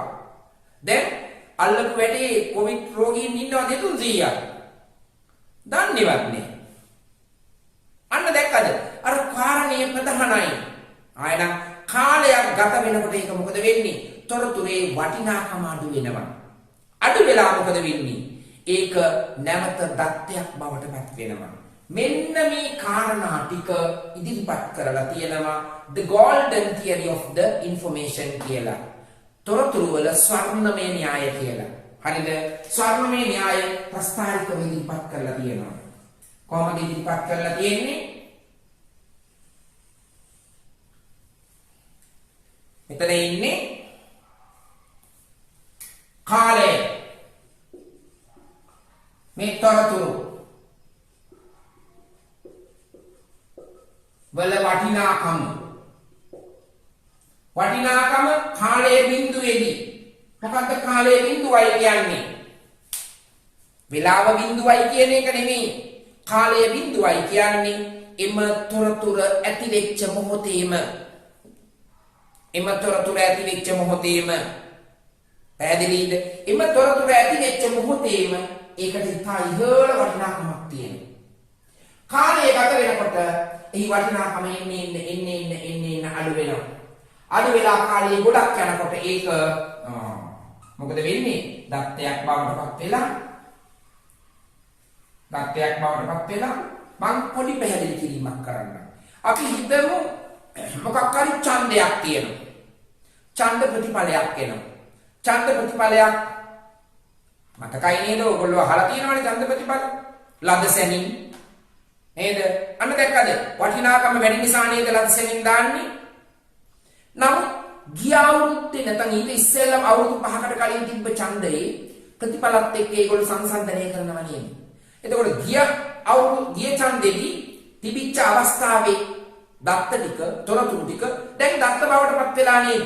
දැන් ඒවත් එක්ක නේද මේව තොරතුරු සංසන්දනය කරන්නේ? එහෙනම් පරණ දත්ත පරණ තොරතුරු දත්ත බවට පත් වෙනවා. ඒ දත්ත ඊළඟ එකත් එක්ක අපි සංසන්දනය කරනවා. හොඳට මතක තියාගන්න මේ කාරණේට කියන්නේ තොරතුරු වල ස්වර්ණමය න්‍යායය. The golden theory of the information කියලා ගන්න. පැහැදිලිද? තොරතුරක වටිනාකම ආරම්භක මොහොතේදී තාම ඉහළයි. කාලය ගත කරන විට වටිනාකම අඩු වෙනවා. දිගටම කාලයක් ගත වෙනකොට මේ තොරතුර දත්තයක් බවට පත් වෙනවා. පැහැදිලිද?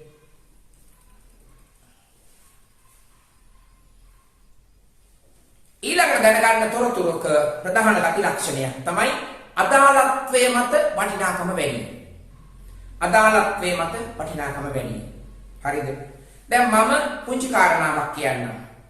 මේ ඊපෙරේදා ලංකාවේ පුද්ගලයෙක් ලංකාවේ එක සර් කෙනෙක් කොළඹ යුනිවර්සිටි එකේ හිටපු ෆිසික්ස් පිළිබඳව ඒ සර් සොයාගෙන කියනවා මහාචාර්යවරයෙක් දැන් හයිඩ්‍රජන් කියන්නේ වායුවක්නේ. ඒ වායුවේ ලෝහමය ආකාරය. එතකොට බලන්න. හයිඩ්‍රජන් වායුවේ ලෝහමය ආකාරය. මේක ලෝකය උඩු යටිකුරු කරන නිර්මාණයක්. නමුත් අපට දැනෙනවද? ඕගොල්ලන්ට දැනෙනවද? අන්න අදාළත්වයේ මත. මතක තියාගන්න යාව නිර්දේශ වෙනවා ලබන අවුරුද්දේ නොබෙල් ප්‍රයිස් එකට. ඒ තරමට ඒ කාරණාව හැබැයි ඒ පුද්ගලයා දැන් ලංකාවේ නෑ. ලංකාවේ මේ උපාධිය අරගෙන මහාචාර්යකම් වෙලා එහෙම වෙලා කෙනෙක් නවත්ත ගන්නවා තියා දැන් ඕගොල්ලන්වත් ලංකාවේ රඳව ගන්න තරමට ආණ්ඩුවට හැකියාවක් නෑනේ. හැමෝම යන්නනේ බලන්නේ. පැහැදිලිද? එහෙනම් මතක තියාගන්න පුද්ගලයා නෑ. එතකොට ලංකාවට හිමි වෙන්නේ පුංචි අඩු ගෞරවයක් ඇමරිකාවේ ප්‍රවේශී. දැනගන්න හොඳට මතක තියාගන්න හයිඩ්‍රජන් වායුවේ ලෝහමය ආකාරය සොයාගෙන තියෙනවා. එතකොට බලන්න ඕගොල්ලෝගේ මොබයිල් ෆෝන් එක දැන් සමහර වෙලාවට RAM 60ක් 70ක් 80ක් 100ක් විතර බරයි. ඔය අවස්ථාව බර අඩු වෙනවා බොහොම කෙටි කාලයකදී. හයිඩ්‍රජන් ලෝහය මුල් කරගෙන. එතකොට දැක්කද ඒ සොයා ගැනීම කියන එක තොරතුරක් වෙන්නේ ඒ අදාළ අයට. අපට දැනෙන්නේ එනම් තොරතුරක වටිනාකම තියෙන්නේ අදාළත්වයේ මත. පැහැදිලිද? දැන් නිකන් හිතන්නකෝ මෙහෙම දෙයක්. දැන් ඔය ආණ්ඩුව කිව්වේ කාබනික පොහොර මගින් වගා කරන්න. ඒකේ අධ්‍යක්ීම් තියන අය උතන ඉන්න වෙන්න පුළුවන්. ඒක ඇත්තටම එහෙම කරනකොට සාර්ථකත්වයක් වෙනවා, අසාර්ථක වෙනවා. ඒකේ ප්‍රායෝගික ප්‍රශ්න ගන්නේ ඒ ගොවි මහත්තුරුනේ. පැහැදිලිද? එතකොට අපි වගේ කෙනෙකුට මේක මොකද වෙන්නේ? තද්දට දැනෙන්නේ නෑ ඔය කියන කාරණාව. ඇයි? අදාළත්වේ නෑ. නමුත් අපට දැනෙනවා මොකද්ද? අපි ලෙවල් ටිකක් ගන්න කඩේට ගියාම මිල ගණන් තීරණය වෙනකොට ඕකේ තියෙන ප්‍රතිඵලයක් අපි භුක්ති විඳිනවා. පැහැදිලිද? එහෙනම් අදාළ වුණාමයි කෙනෙකුට මේක හිතෙන්නේ, දැනෙන්නේ, සම්බන්ධ වෙන්නේ. පැහැදිලිද? එහෙනම් තොරතුරක වටිනාකම තියෙන්නේ අදාළත්වයේ මත. පැහැදිලිද? right. එහෙනම් මම තොරතුරු ගැන බොහෝ පැහැදිලි කරා. ඒක සඳහන් කරගනිමු. සූදානම් නේද?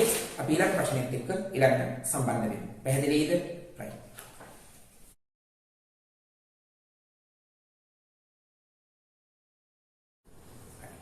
අයිබෝවන්.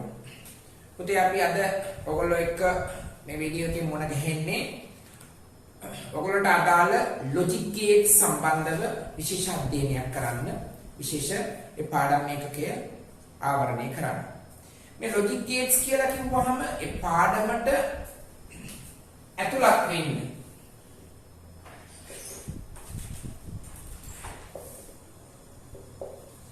ඇතුළත් වෙනකොට ලොජික් ගේට්ස් කියන්නේ මොනවද? ලොජික් ගේට්ස් කියන්නේ මොකක්ද? අනේ ඒ අදහස ටිකක් අපිට එකපාරටම මනසට යන්නේ නැහැ. මම පුංචි වටපිටාවක් නිර්මාණය කරගන්නවා.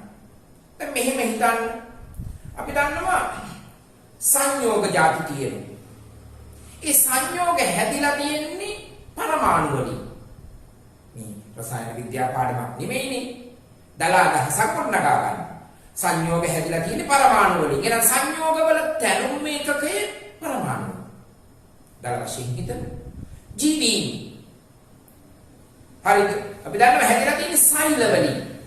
සෛල වලින් පටක හැදිලා, පටක වලින් අවයව හැදිලා, පද්ධති හැදිලා, පද්ධති වලින් අවයව හැදිලා, ආදී වශයෙන් දිගට අපි කියන ජීවීන් හැදිලා තියෙනවා. එහෙනම් ජීවීන්ගේ තැනුම් මේකකේ සෛලය. එහෙනම් මොකක්ද ලොජික් ගේට් එකක් කියන්නේ? පුතේ, අපි දැන් මේ සම්බන්ධීකරණය වෙන්නේ තොරතුරු හා සංනිවේදනය. බලන්න මේ හා සම්බන්ධ වන උපකරණ මොබයිල් ෆෝන් තියෙනවා, ලැප්ටොප් තියෙනවා, ටැබ් තියෙනවා, නේ සවුන්ඩ් සිස්ටම්ස් තියෙනවා, එලාම් තියෙනවා, නේ සෙන්සර් CCTV වගේ පද්ධති තියෙනවා. මේ හැම එකකම තියෙන්නේ මොනවද? ඉලෙක්ට්‍රොනික පරිපථ. මේ ඉලෙක්ට්‍රොනික පරිපථ වල තැනුම් මේකකය ලොජික් ගේට්. පුංචි අදහසක්. එහෙනම් ලොජික් ගේට් එකක් කියලා අපි මේ ඉගෙන ගන්න හදන්නේ මේ පරිපථ සඳහා ආරම්භය, පදනම නැත්නම් මූලාරම්භය. පැහැදිලිද? ලොජික් ගේට්ස් කියලා කිව්වහම හොඳට මතක තියාගන්න මේ ලොජික් ගේට්ස් වලට ඇතුළත් කරන්න පුළුවන් on off ක්‍රමය. on කියන්නේ එක, off කියන්නේ බිඳුව. ඒ කියන්නේ බිඳුව එක සම්බන්ධ වුණාම අපි කියනවා ඒකට ගණිතමය පසුබිමක්. ගණිතමය පසුබිමක්. ලොජික් ගේට්ස් වලදී on off කිව්වහම ඒක පරිපථමය සම්බන්ධයක්. එහෙනම් මතක තියාගන්න මේකේ ඉන්පුට් අවුට්පුට් එන්නේ 1 0 විදියට. එහෙම නෙවෙයි නම් on off විදියට. පැහැදිලිද? පැහැදිලිද? අවුට්පුට් එක එන්නේ 1 0 විදියට නැත්නම් on off විදියට. පැහැදිලිද? ප්‍රධාන ලොජික් ගේට්ස් 6ක් පිළිබඳව අපි කරුණු අධ්‍යයනය කරනවා. ප්‍රධාන ලොජික් ගේට්ස් 6ක් පිළිබඳව අපි කරුණු අධ්‍යයනය කරනවා. අන්නේ කරුණු අධ්‍යයනය කිරීමටයි දැන් මේ අපි සූදානම් වෙන්නේ. අපි ගනිමු අංක 1 AND gate. AND gate. දැන් ගේට් එකක් විතරක් නෙමෙයි. යම්කිසි කෙනෙක් අවස්ථාවක් පිළිබඳව උනක් ගත්තාම මෙහිමයි. එයාට තියෙනවා නම. එයාට තියෙනවා ෆොටෝ එකක්. නැත්තම් සංකේතයක්. ඊළඟට කියනවා එයා කරන වැඩක්. එයාගේ ප්‍රතිඵලයක්. පැහැදිලිද? අභ්‍යන්තර සර්කිට් එකක්, අභ්‍යන්තරයක්. එහෙනම් ලොජික් ගේට් වල මේ AND ගේට් එක සම්බන්ධව ඔන්න ඔය කාරණා ටික සාකච්ඡා කරන්න හදන්නේ. එහෙනම් මෙයාට අදාළ නම තමයි AND ගේට්. මෙයාට තියෙන ෆොටෝ එක. මෙයාට තියෙන ෆොටෝ එක තමයි නැත්නම් සංකේතය අපි අඳින්නේ මේ විදිහට. මේ අවස්ථාවේ A හා B කියන දෙන්නා, මේ අවස්ථාවේ X කියන එක කෙනා. A හා B වලට අපි කියනවා ඉන්පුට් කියලා. X වලට අපි කියන්නේ අවුට්පුට් කියලා. පැහැදිලිද? එහෙනම් මෙන්න නම, මෙන්න ෆොටෝ එක. පැහැදිලිද? right. ඊළඟට මෙයා මොකද්ද කරන්නේ? මෙයා මොකද්ද කරන්නේ? අපි කරන එක, අපි සමීකරණයක ලියනවා x සමානයි a.b. පැහැදිලිද? a.b. මේකට අපි කියනවා බූලියානු විජීය සමීකරණයක් නැත්නම් ප්‍රකාශනයක්. බූලියන් එක්ස්ප්‍රෙෂන් එක. පැහැදිලිද? මම තේරුම් කරගන්න ඕනේ. මෙතනදී මොකක්ද ලැබෙන ප්‍රතිඵලය? ප්‍රතිඵලයට අපි කියනවා ට්‍රුත් ටේබල් එකක්, සත්‍යතා වගුවක්. A හා B මොනවද වෙන්නේ? A අනුව x කොහොම වේවිද? බලන්න දැන් on off ක්‍රමයක් තියෙනවා නම් A හා B ට එන්න පුළුවන් මොනවද? මේ දෙකම බිඳුර එන්න පුළුවන්. බිඳුවයි එක වෙන්න පුළුවන්. එකයි බිඳුව වෙන්න පුළුවන්. දෙකම එක වෙන්න පුළුවන්. ඔයිට වඩා විය හැකි සිද්ධි නෑ නේද? පැහැදිලිද? දැන් මේ ඉන්පුට් එක A හා B කියන්නේ ඉන්පුට්. අපිට ඕනේ දැන් අවුට්පුට් එක. අවුට්පුට් එක අපි ගන්නෙ, අවුට්පුට් එක අපි තීරණය කරන්නේ මේ සමීකරණයට අනුව. කොහොමද එන්නේ? A වැඩි කිරීම B. එහෙනම් බිඳුව වරක් බිඳුව බිඳුවයි. බිඳුව වරක් එක බිඳුවයි. එක් වරක් බිඳුව බිඳුවයි. එක් වරක් එක එකයි. පැහැදිලිද? එහෙනම් මොකක්ද මේ AND ගේට් එක කියන්නේ? අදාළ A හා B ඉන්පුට් දෙකම එක වෙනවා නම් විතරයි අවසන් ප්‍රතිඵලය එක වෙන්නේ. නැතිනම් A හා B කේබල් දෙකේම ධාරාව ගලනවා නම් විතරයි අවසාන ප්‍රතිඵලයේ ධාරාව ගලන්නේ. පැහැදිලිද? මේක තියෙනවා අභ්‍යන්තර සර්කිට් එකක්. අභ්‍යන්තර සර්කිට් එකක්. මොකද බලන්න මොකක්ද එතන වෙන්නේ කියලා.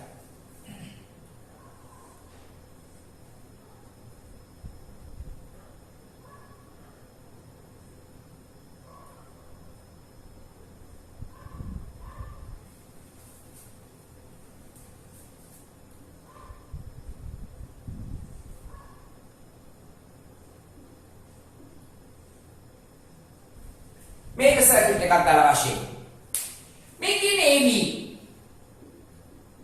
මේ කියන්නේ X බලන්න මේ ස්විච් දෙකම off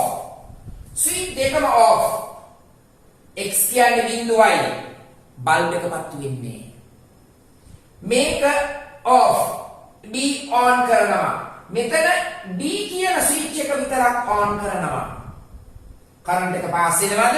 නෑ මේක ඕෆ් වෙලා තියෙන්නේ. එහෙනම් බල්බ් එක පත්තු වෙන්නේ. ඒක නේද මේ කියන්නේ. අපි A on කරලා B off කරනවා. A on කරලා B off කරනවා. ඒත් බල්බ් එක පත්තු වෙන්නේ. A B දෙකම on කරනවා. ඒත් on කරලා B on කරාම විතරයි කරන්ට් එක පරිපතේ සම්පූර්ණ වෙලා බල්බ් එක පත්තු වෙන්නේ. අන්න කාරණාව. තේරුණාද? එහෙනම් අපි AND ගේට් එක සම්බන්ධව කාරණා කීපයක් කතා කරා. AND ගේට් එක කියන්නේ නම් මේ එයාගේ නොටිෆිකේෂන් එක යා සංකේතවත් කරන ආකාරය. එතන A B කියන්නේ ඉන්පුට්, X කියන්නේ අවුට්පුට් එක. X කියන අවුට්පුට් එක ලබා ගන්න කොහොමද? A හා B කියන ඉන්පුට් දෙක ගුණ කරනවා.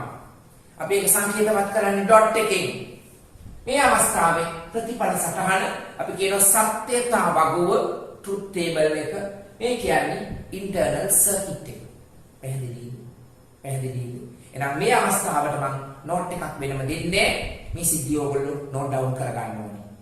අපි මේ වගේ gates 6ක් පිළිබඳව කරුණු අධ්‍යයනය කරනවා.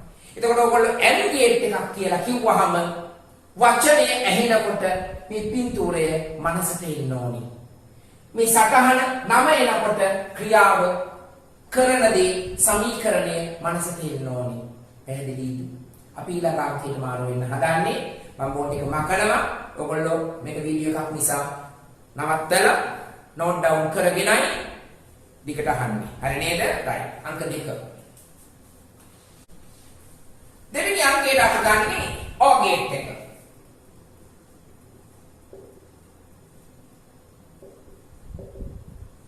OR gate. බලන්න එයාගේ නම OR ගේට් එක. එයාගේ සටහන මොකක්ද? එයාව සංකීර්ණවත් කරන්නේ මේ විදිහට.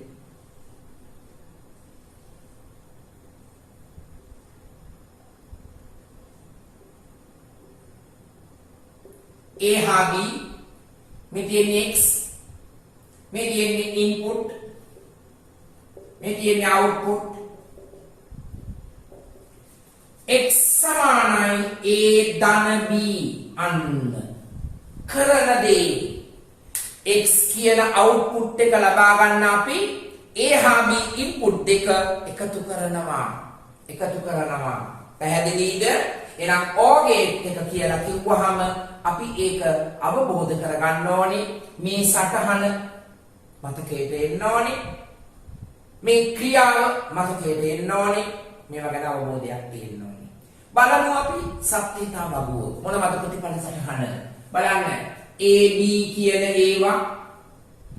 ඒවට අනුව කොහොමද x වල උත්තරේ දෙන්නම බිංදු වෙන්න පුළුවන් බිංදුවයි 1 වෙන්න පුළුවන් 1යි බිංදුව වෙන්න පුළුවන් දෙන්නම 1 වෙන්න පුළුවන් බලන්න එකතු කරලා බිංදුවයි එකතු කරාම බිංදුවයි 1යි බිංදුවයි එකතු කරාම 1යි 1යි බිංදුවයි 1යි 1යි අපි කියන්නේ 1යි කියලා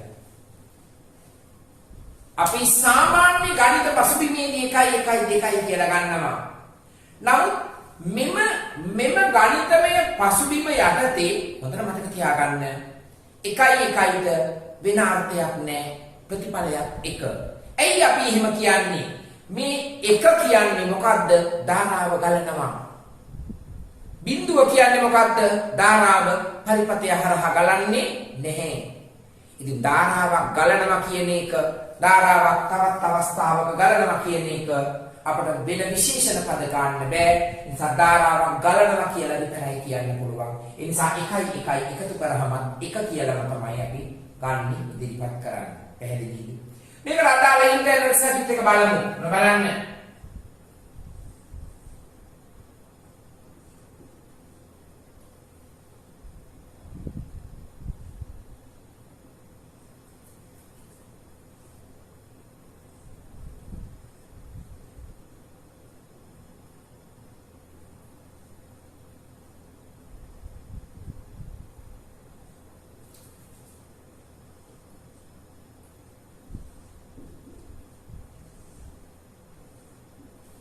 මේ විදිහට.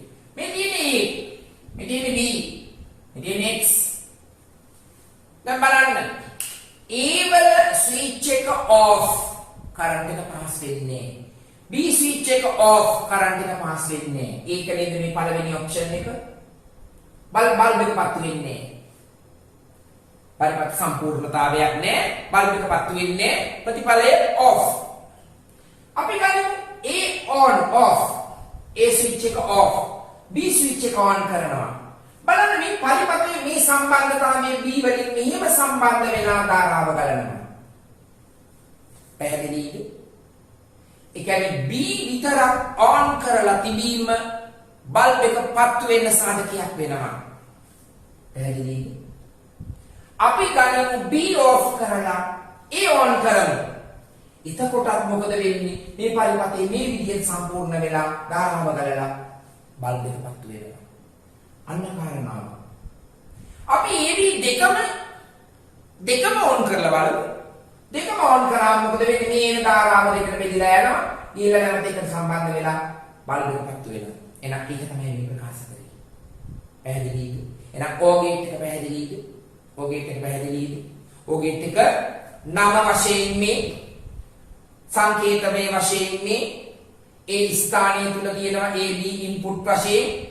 X කියන්නේ අවුට්පුට් එක කරන්නේ මොකද්ද ප්‍රතිඵලමය කාර්යය X සමානයි A ධන B සත්‍යතාවක් වූ මොකද්ද A හා B ට මොන වගේ දේවල්ද ලැබෙන්නේ ඒ අවස්ථාවේදී අවුට්පුට් එකට කොයි වගේද ලැබෙන්නේ කියන කාරණාව මේ තියෙන්නේ අභ්‍යන්තර සර්කිට් එක පැහැදිලිද මේ තියෙන්නේ අභ්‍යන්තර සර්කිට් එක. එහෙනම් මේ අපි කතා කරලා ඉවර වෙන්නේ O ගේට් එක පිළිබඳව.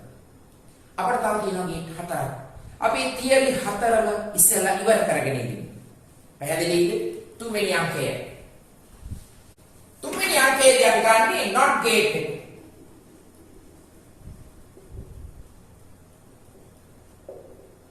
not gate. not gate එකේ සංකේතය වෙන්නේ මේ විදියට.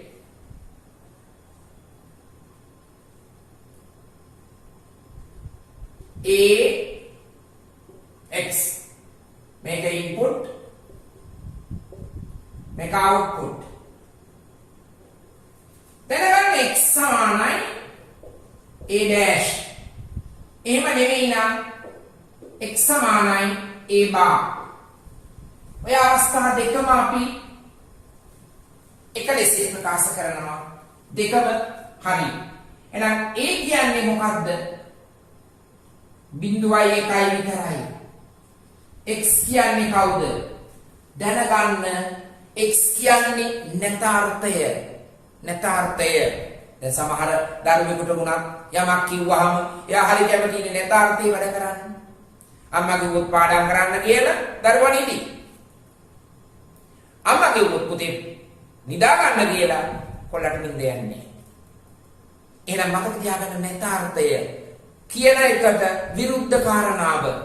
එහෙනම් ඒ කියන එක ස්විච් එක ඔෆ් කරලා නම් මේක ධාරාව කරනවා. ස්විච් එක ඔන් කරලා නම් ධාරාව කරන්නේ. පැහැදිලිද? x කියලා කියන්නේ අපි කියනවා a dash කියලා. එහෙම නෙවෙයි නම් අපි කියනවා a bar කියලා. මේකට අභ්‍යන්තර සර්කිට් එකක් නැහැ. හොඳට මතක තියාගන්න. මේ කියන්නේ not gate එක වචනාර්ථය, නිසංකේතාර්ථය, මේ කෙරෙන ක්‍රියාව මේකේ ප්‍රතිඵල සිතන. පැහැදිලිද? ඊළඟට අපි බලන්න හදනවා තව ගේට් තුනක්.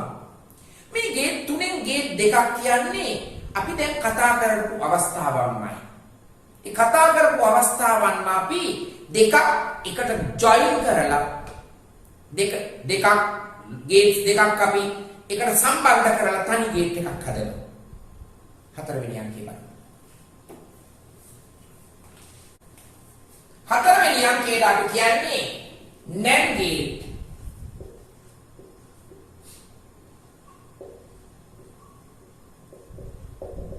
NAND කියලා කියන්නේ not gate and gate දෙකේ එකතුව. and එන්න අපේ තේරුම not gate එක. and gate එකේ output එකට අපි මොකද්ද? not එකක් දානවා. මොකක්ද එන්නේ? මේ තියෙන්නේ and gate එක. පැහැදිලිද?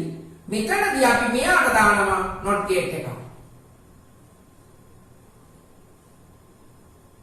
බලන්න මෙයා ගනිමු අපි A කියලා මෙයා B කියලා. මේ තියෙන්නේ ඉන්පුට් එක. මේ මොකක්ද එන්නේ? A.B. මෙයා x නම් x සමානයි කවුද? A.B un dash. එහෙම නෙමෙයි නම් A.B bar. මේ සංකේත දෙකම එකම ආකාරයට පාවිච්චි වෙනවා. පැහැදිලිද? අපි මේකට අදාළ සත්‍යතාවක් බලමු. සත්‍යතාවක් බලමු. කොහොමද? A B A.B x x සමානයි කවුද? A.B dash. ඒ කියන්නේ බිඳුවයි මෙයන් බිඳුවයි. බිඳුවයි එකයි. එකයි බිඳුවයි එකයි එකයි. A.B කියන්නේ ගුණ කරලා එන උත්තරය. බිඳුවරක් බිඳුව බිඳුවයි බිඳුවයි බිඳුවයි එක්වරක් එක එකයි. පැහැදිලිද? පැහැදිලිද? දැන් නැතාර්ථය ගන්න හදන්නේ. මං කිව්වා බිඳුව නම් එක නම් බිඳුව කියලා. එහෙනම් බිඳුව නම් බිඳුව නම් බිඳුව නම් එක නම් බිඳුව. මෙන්න අවසාන උත්තරය. පැහැදිලිද? දැන් ගේට් එකට එන විදිය දෙකම ධාරාව ගලනවා නම් NAND ගේට් එකේදී අවසාන ප්‍රතිඵලයේ ධාරාව ගලන්නේ. පැහැදිලිද? හොඳට තේරුම් කරගන්න. ඊළඟට අපිට ගන්න තියෙන්නේ NOR gate එක අංක 5. මේවයින් සම්බන්ධ කරලා දැන් ඔයගොල්ලෝ බලයි මේක මොකටද කියලා. මේවා මෙහිම කලවම් කරලා ප්‍රශ්න අහනවා. ප්‍රශ්න අහන්න පුළුවන්, සම්බන්ධීකරණය කරන්න පුළුවන් ආකාර 3ක් තියෙනවා.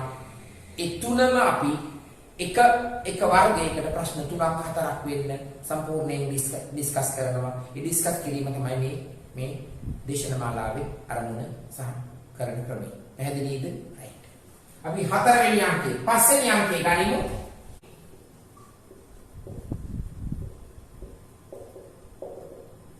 NOR gate එකේ ඉන්නේ මේ විදිහට. මේ NOR gate එක. මේ OR gate එකෙන් පස්සේ අපි NOT gate එකක් දානවා. පැහැදිලිද? A B මේවා ඉන්පුට් අවස්ථාවේදී මොකද්ද A ධන B? නම් x නම් x සමානයි කවුද? A ධන B dash. එහෙම නෙමෙයි නම් x සමානයි A ධන B bar. පැහැදිලිද? මේ ආකාර දෙකකින්ම ප්‍රසන්න කරනවා. අත් බලමු සත්‍යතාව වගුව. දැන් ඔයගොල්ලෝ තේරෙනවා මේ මොකද්ද කියලා. මතකයේ තියෙන එක චුට්ටක් කල් ගත වෙයි. AND gate එක කියපු ගමන්ම AND gate එකේ සටහන සිද්ධිය කරන විදිය ටේබල් එක මේවා ඔක්කොම එකපාරට මතකෙ හිටින්නේ නේ. ටික දවසක් යනකොට එකම කාර්යය ඔයගොල්ලන්ට කරනකොට ඔයගොල්ලන්ට අභ්‍යාස ටිකක් දානවා. ඒ ටික කරනකොට හරියට හරියන්නේ. පැහැදිලිද? right. බලමු සත්‍යතාව වගුව. A B A ධන B x x සමානයි A ධන B dash. මේ දෙන්නම බිඳුව වෙන්න පුළුවන්. බිඳුවයි 1යි 1යි බිඳුවයි 1යි 1. දෙන්නම බිඳුව නම් එකතුව බිඳුවයි 1යි 1යි 1යි.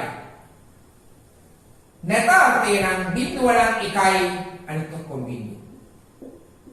මෙතන සත්‍යතාව වගුව. පැහැදිලිද? හතර තේරුම් කරගන්න ඕනේ. හතර තේරුම් කරගන්න ඕනේ. එහෙනම් ලොජික් ගේට්ස් යටතේ අපි මේ වෙද්දි ගේට්ස් පහක් කතා කරා. මම පුංචි සමරි එකක් කියාගෙන යනවා. තවත් එකක් ඉතිරි. බලන්න මුලින්ම අපි කරේ AND ගේට් එක. ඊළඟට අපි කතා කරේ OR ගේට් එක.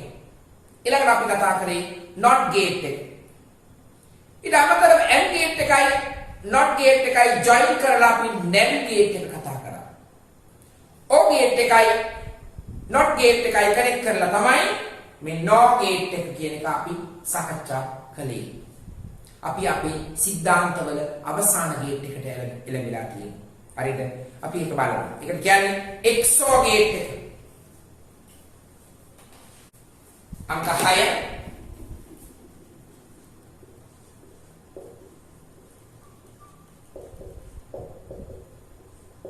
XOR ගේට් එකේ වෙන්නේ සංකේත මේ වශයෙන් මෙන්න මේ විදිහට.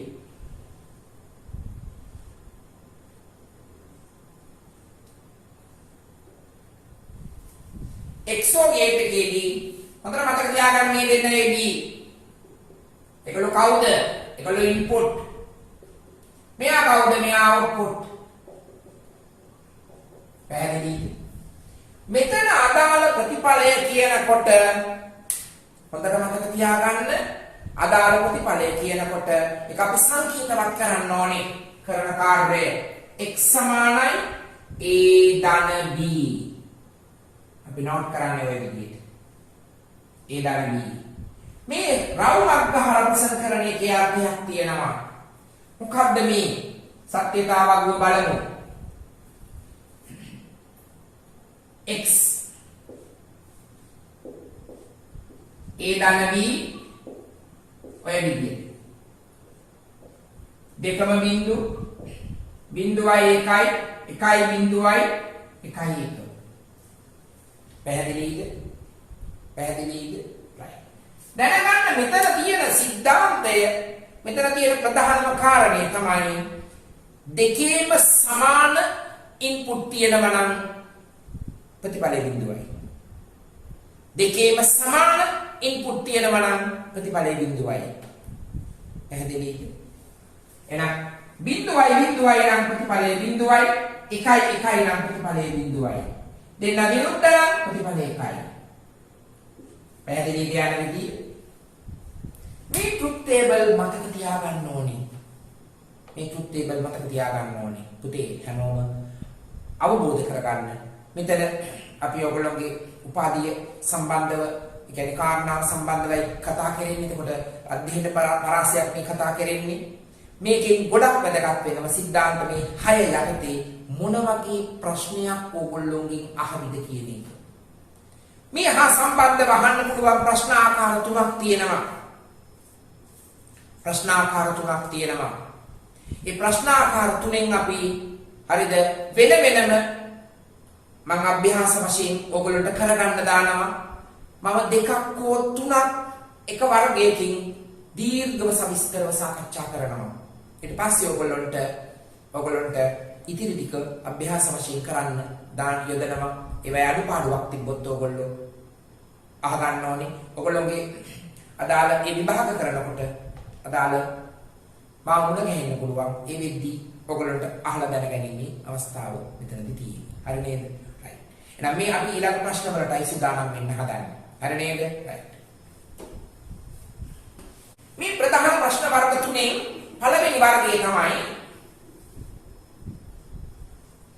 අපිට දෙනවා මෙන්න මේ වගේ ප්‍රකාශනයක්. x සමානයි a ධන b .b bar. මේ ප්‍රකාශනයට අපි කියන්නේ බූලියානු වීජීය ප්‍රකාශනයක්. බූලියානු වීජීය ප්‍රකාශනයක් නැත්නම් බූලියානු වීජීය සමීකරණයක්. මෙන්න මේ බූලියානු වීජීය සමීකරණය මේකට අදාළව ප්‍රධාන කාරණා දෙකක් අහනවා. ඒ තමයි සත්‍යතා වගුව මොකක්ද? මේකට අදාළ සර්කිට් එක මොකක්ද? පරිපත සටහන මොකක්ද? එහෙනම් මේ තියෙන බූලිය වීජයානු සමීකරණය බලන්න ඕගොල්ලන්ට මේ සමීකරණය ඇතුලේ ධන ලකුණ තියෙනවා. ඩොට් එක තියෙනවා, බා එක තියෙනවා. ධන ලකුණ කියන්නේ O ගේට් එක. ඩොට් එක කියන්නේ M ගේට් එක. බා එක කියන්නේ not ගේට් එක. පරිපත සටහන අඳින්න පුළුවන්. අපි ඉස්සෙල්ලාම පරිපත සටහන අඳිමු. පැහැදිලිද? පරිපත සටහන අඳිමු. ඉස්සෙල්ලාම එහෙනම් පළවෙනි ප්‍රශ්න වර්ගයේ තමයි බූලියානු වීජීය සමීකරණයක් නැත්නම් ප්‍රකාශනයක් දීලා ඒකට අදාළ වෙන පරිපත සටහන මොකද්ද? සත්‍යතා වගුව මොකද්ද කියලා කාරණා දෙක අහන එක. මේක තමයි පළවෙනි මොඩියුල් එක. පැහැදිලිද? හරි. අපි මේකට අදාළව සත්‍යතාව සර්කිට් එක ඉස්සෙල්ලා ඇදලා ඉන්නේ. A ධන B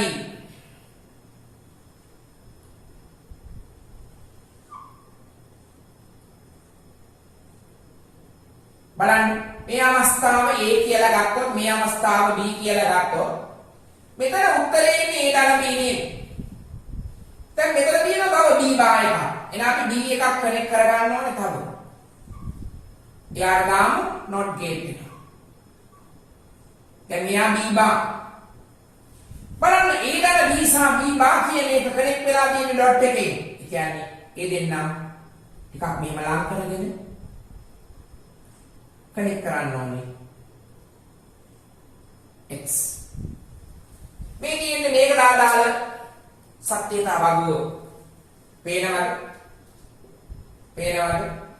මේ පරිපත සටහන මේ පරිපත සටහනට අදාළ අපි සත්‍යතා වගුව නිර්මාණය කරන්න හදන්නේ. බලන්න ඒක ඉගෙන ගන්න. ඒක අර නිකන් බෝඩ් එකේ බලාගෙන ලියන්න පුරුදු වෙන්න එපා. ඒක තනියම කරන්නේ කොහොමද කියන එක ඉගෙන ගන්න. පොඩක් බලන්න. අපි ඉස්සෙල්ලාම ගන්න A. ඊළඟට B. A B දෙන්නගේ ඉන්පුට් විතරයි තියෙන්නේ. ඊළඟට අපි ගනිමු A ධන B. ඇයි මම A ධන B ගත්තේ? ඒක මිසක් අවස්ථාවේ තියෙනවා. තව අපිට තියෙනවා B බා එක. ඊළඟට B බා. මේ දෙන්න ගුණ කරාම එන උත්තරේ තමයි x කියන්නේ. නම් මෙන්න අවස්ථා ටික. A B දෙන්න විතරක් ඉන්නවා නම් ඉන්පුට් තියෙන්නේ 4යි. මොනවද? මේ දෙන්නම බිංදු වෙන්න පුළුවන්. බිංදුවයි 1 වෙන්න පුළුවන්. 1යි බිංදුව වෙන්න පුළුවන්. දෙන්නම 1 වෙන්න පුළුවන්. දැන් A ධන B එකතු කරන්න. බිංදුවයි 1යි නම් 1යි. 1යි බිංදුවයි නම් 1යි. 1යි එකතු කරාමත් 1යි. B කියන කොලම් එක ගන්නවා නම් එකට අත තියාගෙන B බා බිංදුව නම් 1 පැති මාරු කරලා ලියනවා. බිංදුව නම් 1 නම් බිංදුව නම් 1 නම් බිංදුව. දැන් අපි මේ දෙන්න ගුණ කරලා ගන්නවා. මේ A ධන B වැඩි කිරීම තමයි B බා. එහෙනම් මේ දෙන්න වැඩි කරාම උත්තරේ කීයද? බිංදුවයි. මේ දෙන්න වැඩි කරාම බිංදුවයි. එක් වරක් 1යි. මෙයා බිංදුවයි. මෙන්න අවසාන උත්තරය. එහෙනම් හොඳට මතක තියාගන්න තනි ගේට්ස් ගැන කතා කරපු අපිට දැන් ගේට්ස් කීපයක් එකට කම්බයින් කරලා කලවම් කරලා ඒ කලවම් කරපු අවස්ථාව සම්බන්ධ කරගෙන අපි දෙනවා බූලියන් එක්ස්ප්‍රෙෂන් එක. බූලියානු බීජීය සමීකරණය ප්‍රකාශනය. ඒකට ආදාළ පරිපථ සටහන. ඒකට ආදාළ පරිපථ සටහන. ඒකට ආදාළ ට්‍රුත් ටේබල් සත්‍යතාවය. එහෙනම් මේ ආදාළ සමීකරණයේ පරිපථ සටහන අහලා තියෙනවා නම් සත්‍යතාවය අහලා තියෙනවා නම් පිළිතුර සකස් කරගන්නේ මේ ආකාරයට. පැහැදිලිද? බෝඩ් එක මාක් කරගන්න ඕනේ. ඔයගොල්ලෝ මේක වීඩියෝ එකක් නිසා කරගන්න පුළුවන්. මම තව ප්‍රශ්නයක් සාකච්ඡා කරන්න. පැහැදිලිද? ප්‍රශ්නාංක 2. අපි ගනිමු x සමානයි a dot b dot c dot b bar. චුට්ටක් දිගයි කමක් නැහැ. මේ වගේ බූලියන් බීජීය ප්‍රකාශනයක් ගත්තොත් එහෙම ඒකට අදාළ සර්කිට් එක අඳින විදිය මොන බලා ගන්න චුට්ටක්. හැම කෙනෙක්ම සිහියෙන් එක වතාවක් අහලා නොතේරෙන්න පුළුවන්. නැවත ආපහු මුලට ගිහිල්ලා මුල ඉඳන් අහනවා. එහෙම කරගත්තාම ඕගොල්ලන්ට මේක කරගන්න පුළුවන්. දෙවෙනි තුන්වෙනි වතාවට අහන්න. එහෙනම් බලන්න ඉස්සෙල්ලාම අපි ගනිමු b දර c එක. පැහැදිලිද? b දර c.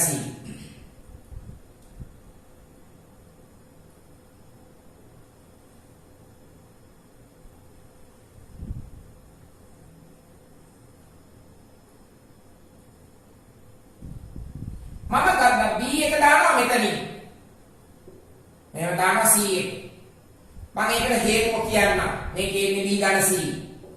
දැන් b බා එකක් තියෙනවා. එහෙනම් මට පුළුවන් මෙතනට කනෙක්ෂන් එකක් දීලා b බා එකක් කනෙක්ට් කරන්න. පැහැදිලිද? තව a කියලා අවස්ථාවක් වෙනම තියෙනවා. ඒක වෙනම තියෙනවා. දැන් මොකද වෙන්නේ? a කියන එක්කෙනා b ගන්න c එක්ක මොකද්ද වෙන්නේ? ගුණ කිරීම කියන්නේ AND ගේට් එක. කවුද මේ ඉන්නේ? B ධන C ඒත් එක්ක වැඩි කරලා. දැන් මෙන්න මේ දෙන්න නැමත කනෙක්ට් කරලා. පැහැදිලිද? අපි ඕනනම් නම් කරමු ටිකක්.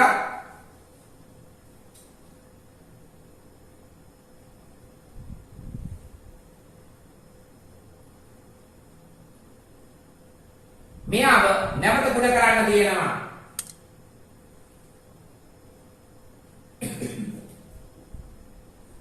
x. දැන් x කියන්නේ කවුද? a.b ධන c .b bar. පැහැදිලිද? මෙන්න මේ අවස්ථාව පදනම් කරගෙන මේ අවස්ථාව මුල් කරගෙන මම සත්‍යතාව ගුණ නිර්මාණය කරනවා. මෙතන තියෙනවා පුංචි කාරණාවක්. පුතේ a b c කියලා variables තුනක් තියෙනවා. variables තුනක් තියෙනවා නම් ඒ වෙන්න පුළුවන් ආකාර අපි කියන possibilities තියෙනවා 8ක්. possibilities තියෙනවා 8ක්. අනේ 8 ලියන විදිය අල්ල ගන්න. එක ලියන විදිය අල්ල ගන්න. පැහැදිලිද? මම මේක මට ඉඩ කඩ මදි ඒ නිසා මම මේ සටහනේ මේ සීමාව මකනවා. ඔයගොල්ලෝ ඇඳලා තියාගන්න. හරි නේද? හරි. දැන් බලන්න මේ සත්‍යතාවක් පොඩි කල් ලොකුයි. හරි නේද? A B C B ධන C B bar ඒත් එක්ක ගුණ කරන්න A dot B ධන C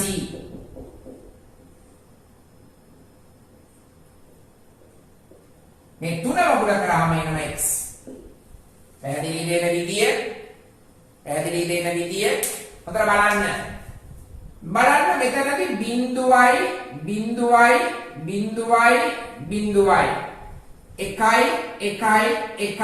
1 දැක්කද 8ක් තියෙනවා කියුව කම්බිනේෂන් එක සර් ලිව්ව විදිය. දැක්කද ඒක තමන් හඳුනා ගන්න. 0.4යි 1.4යි. ඊළඟ 0.2යි 1.2යි. 0.2යි 1.2යි. 0.1යි 0.1යි 0.1. පැහැදිලිද? දැක්කද වෙන්න පුළුවන් ආකාර තුන. කේබල් තුනක් නම් ඉන්පුට් තුනක් නම් තුනම බිඳු වෙන්න පුළුවන්. 0.1 මේ විදියට ලිව්වහම තමයි අනන්‍ය ක්‍රමයක්. කියන්නේ කවුරු ලිව්වත් ලියන්නේ එකම විදියකට. නමුත් ඕගොල්ලෝ මේ විදියට ලිව්වොත් එහෙම මේ අතර ලිව්වොත් එක එක්කෙනා ලියන්නේ එක එක විදියට. අනන්‍යනේ යුනික් සිස්ටම් එකක් නෙමෙයි. යුනික් විදියට ගන්නවා නම් මේ විදියටයි ගන්න. පැහැදිලිද? ඊළඟට B ධන C මෙන්න මේ දෙන එකතු කරන්න. 0.1 1 1 0.1 1 B දන්නවා නම් B බා 0.1 නම් 1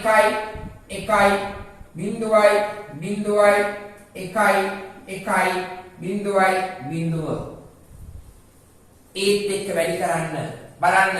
ඒ වැඩි කරන්න B ධන C මෙන්න මේ දෙන්න හරියට ගන්න. බිඳුවරක් බිඳුවයි බිඳුවරක් එක බිඳුවයි බිඳුවරක් එක බිඳුවයි බිඳුවරක් එක බිඳුවයි එක්වරක් බිඳුව බිඳුවයි එක්වරක් එක එකයි එක්වරක් එක එකයි එක්වරක් එක එකයි. පැහැදිලිද? දැන් අපිට x කියලා ඕන වෙන්නේ කවුද? a.b ධන c කියනවා. තව b බා කියනවා ඒකත් එක්ක ගුණ කරන්න නේද ඕනේ. එහෙනම් මෙන්න මේ රාශිය ගුණ කරන්න ඕගොල්ලෝ කොහෙද? මේකත් එක්ක. මේ දෙක ගුණ කරාම තමයි x එන්නේ. එක්වරක් බිඳුව බිඳුවයි එක්වරක් බිඳුව බිඳුවයි බිඳුවරක් බිඳුවයි බිඳුවයි බිඳුවයි එක්වරක් එක එකයි. අනිත් ඔක්කොම බිඳුව. පැහැදිලිද? හොඳට මතක තියාගන්න. මෙන්න මේ ආකාරයේ ප්‍රතිඵල සටහනක් තමයි එතනට සම්බන්ධ වෙන්නේ. අපි තුන්වෙනි ප්‍රශ්නේ ඊළඟට බලමු. පැහැදිලිද? ඕගොල්ලන්ට මම මේ හා සම්බන්ධ ප්‍රශ්න 4ක් හෝ 5ක් කරනවා. තවත් ප්‍රශ්න 4ක් හෝ 5ක් ඕගොල්ලන්ට මේ තනියම කරගන්න ලබා දෙනවා. ඒ අවසාන සීමාවෙදී ඕගොල්ලන්ට උපරිම දැනුමක් උපරිම අවබෝධයක් මේ හා සම්බන්ධව ලැබෙනවා. පැහැදිලිද? හරි නේද?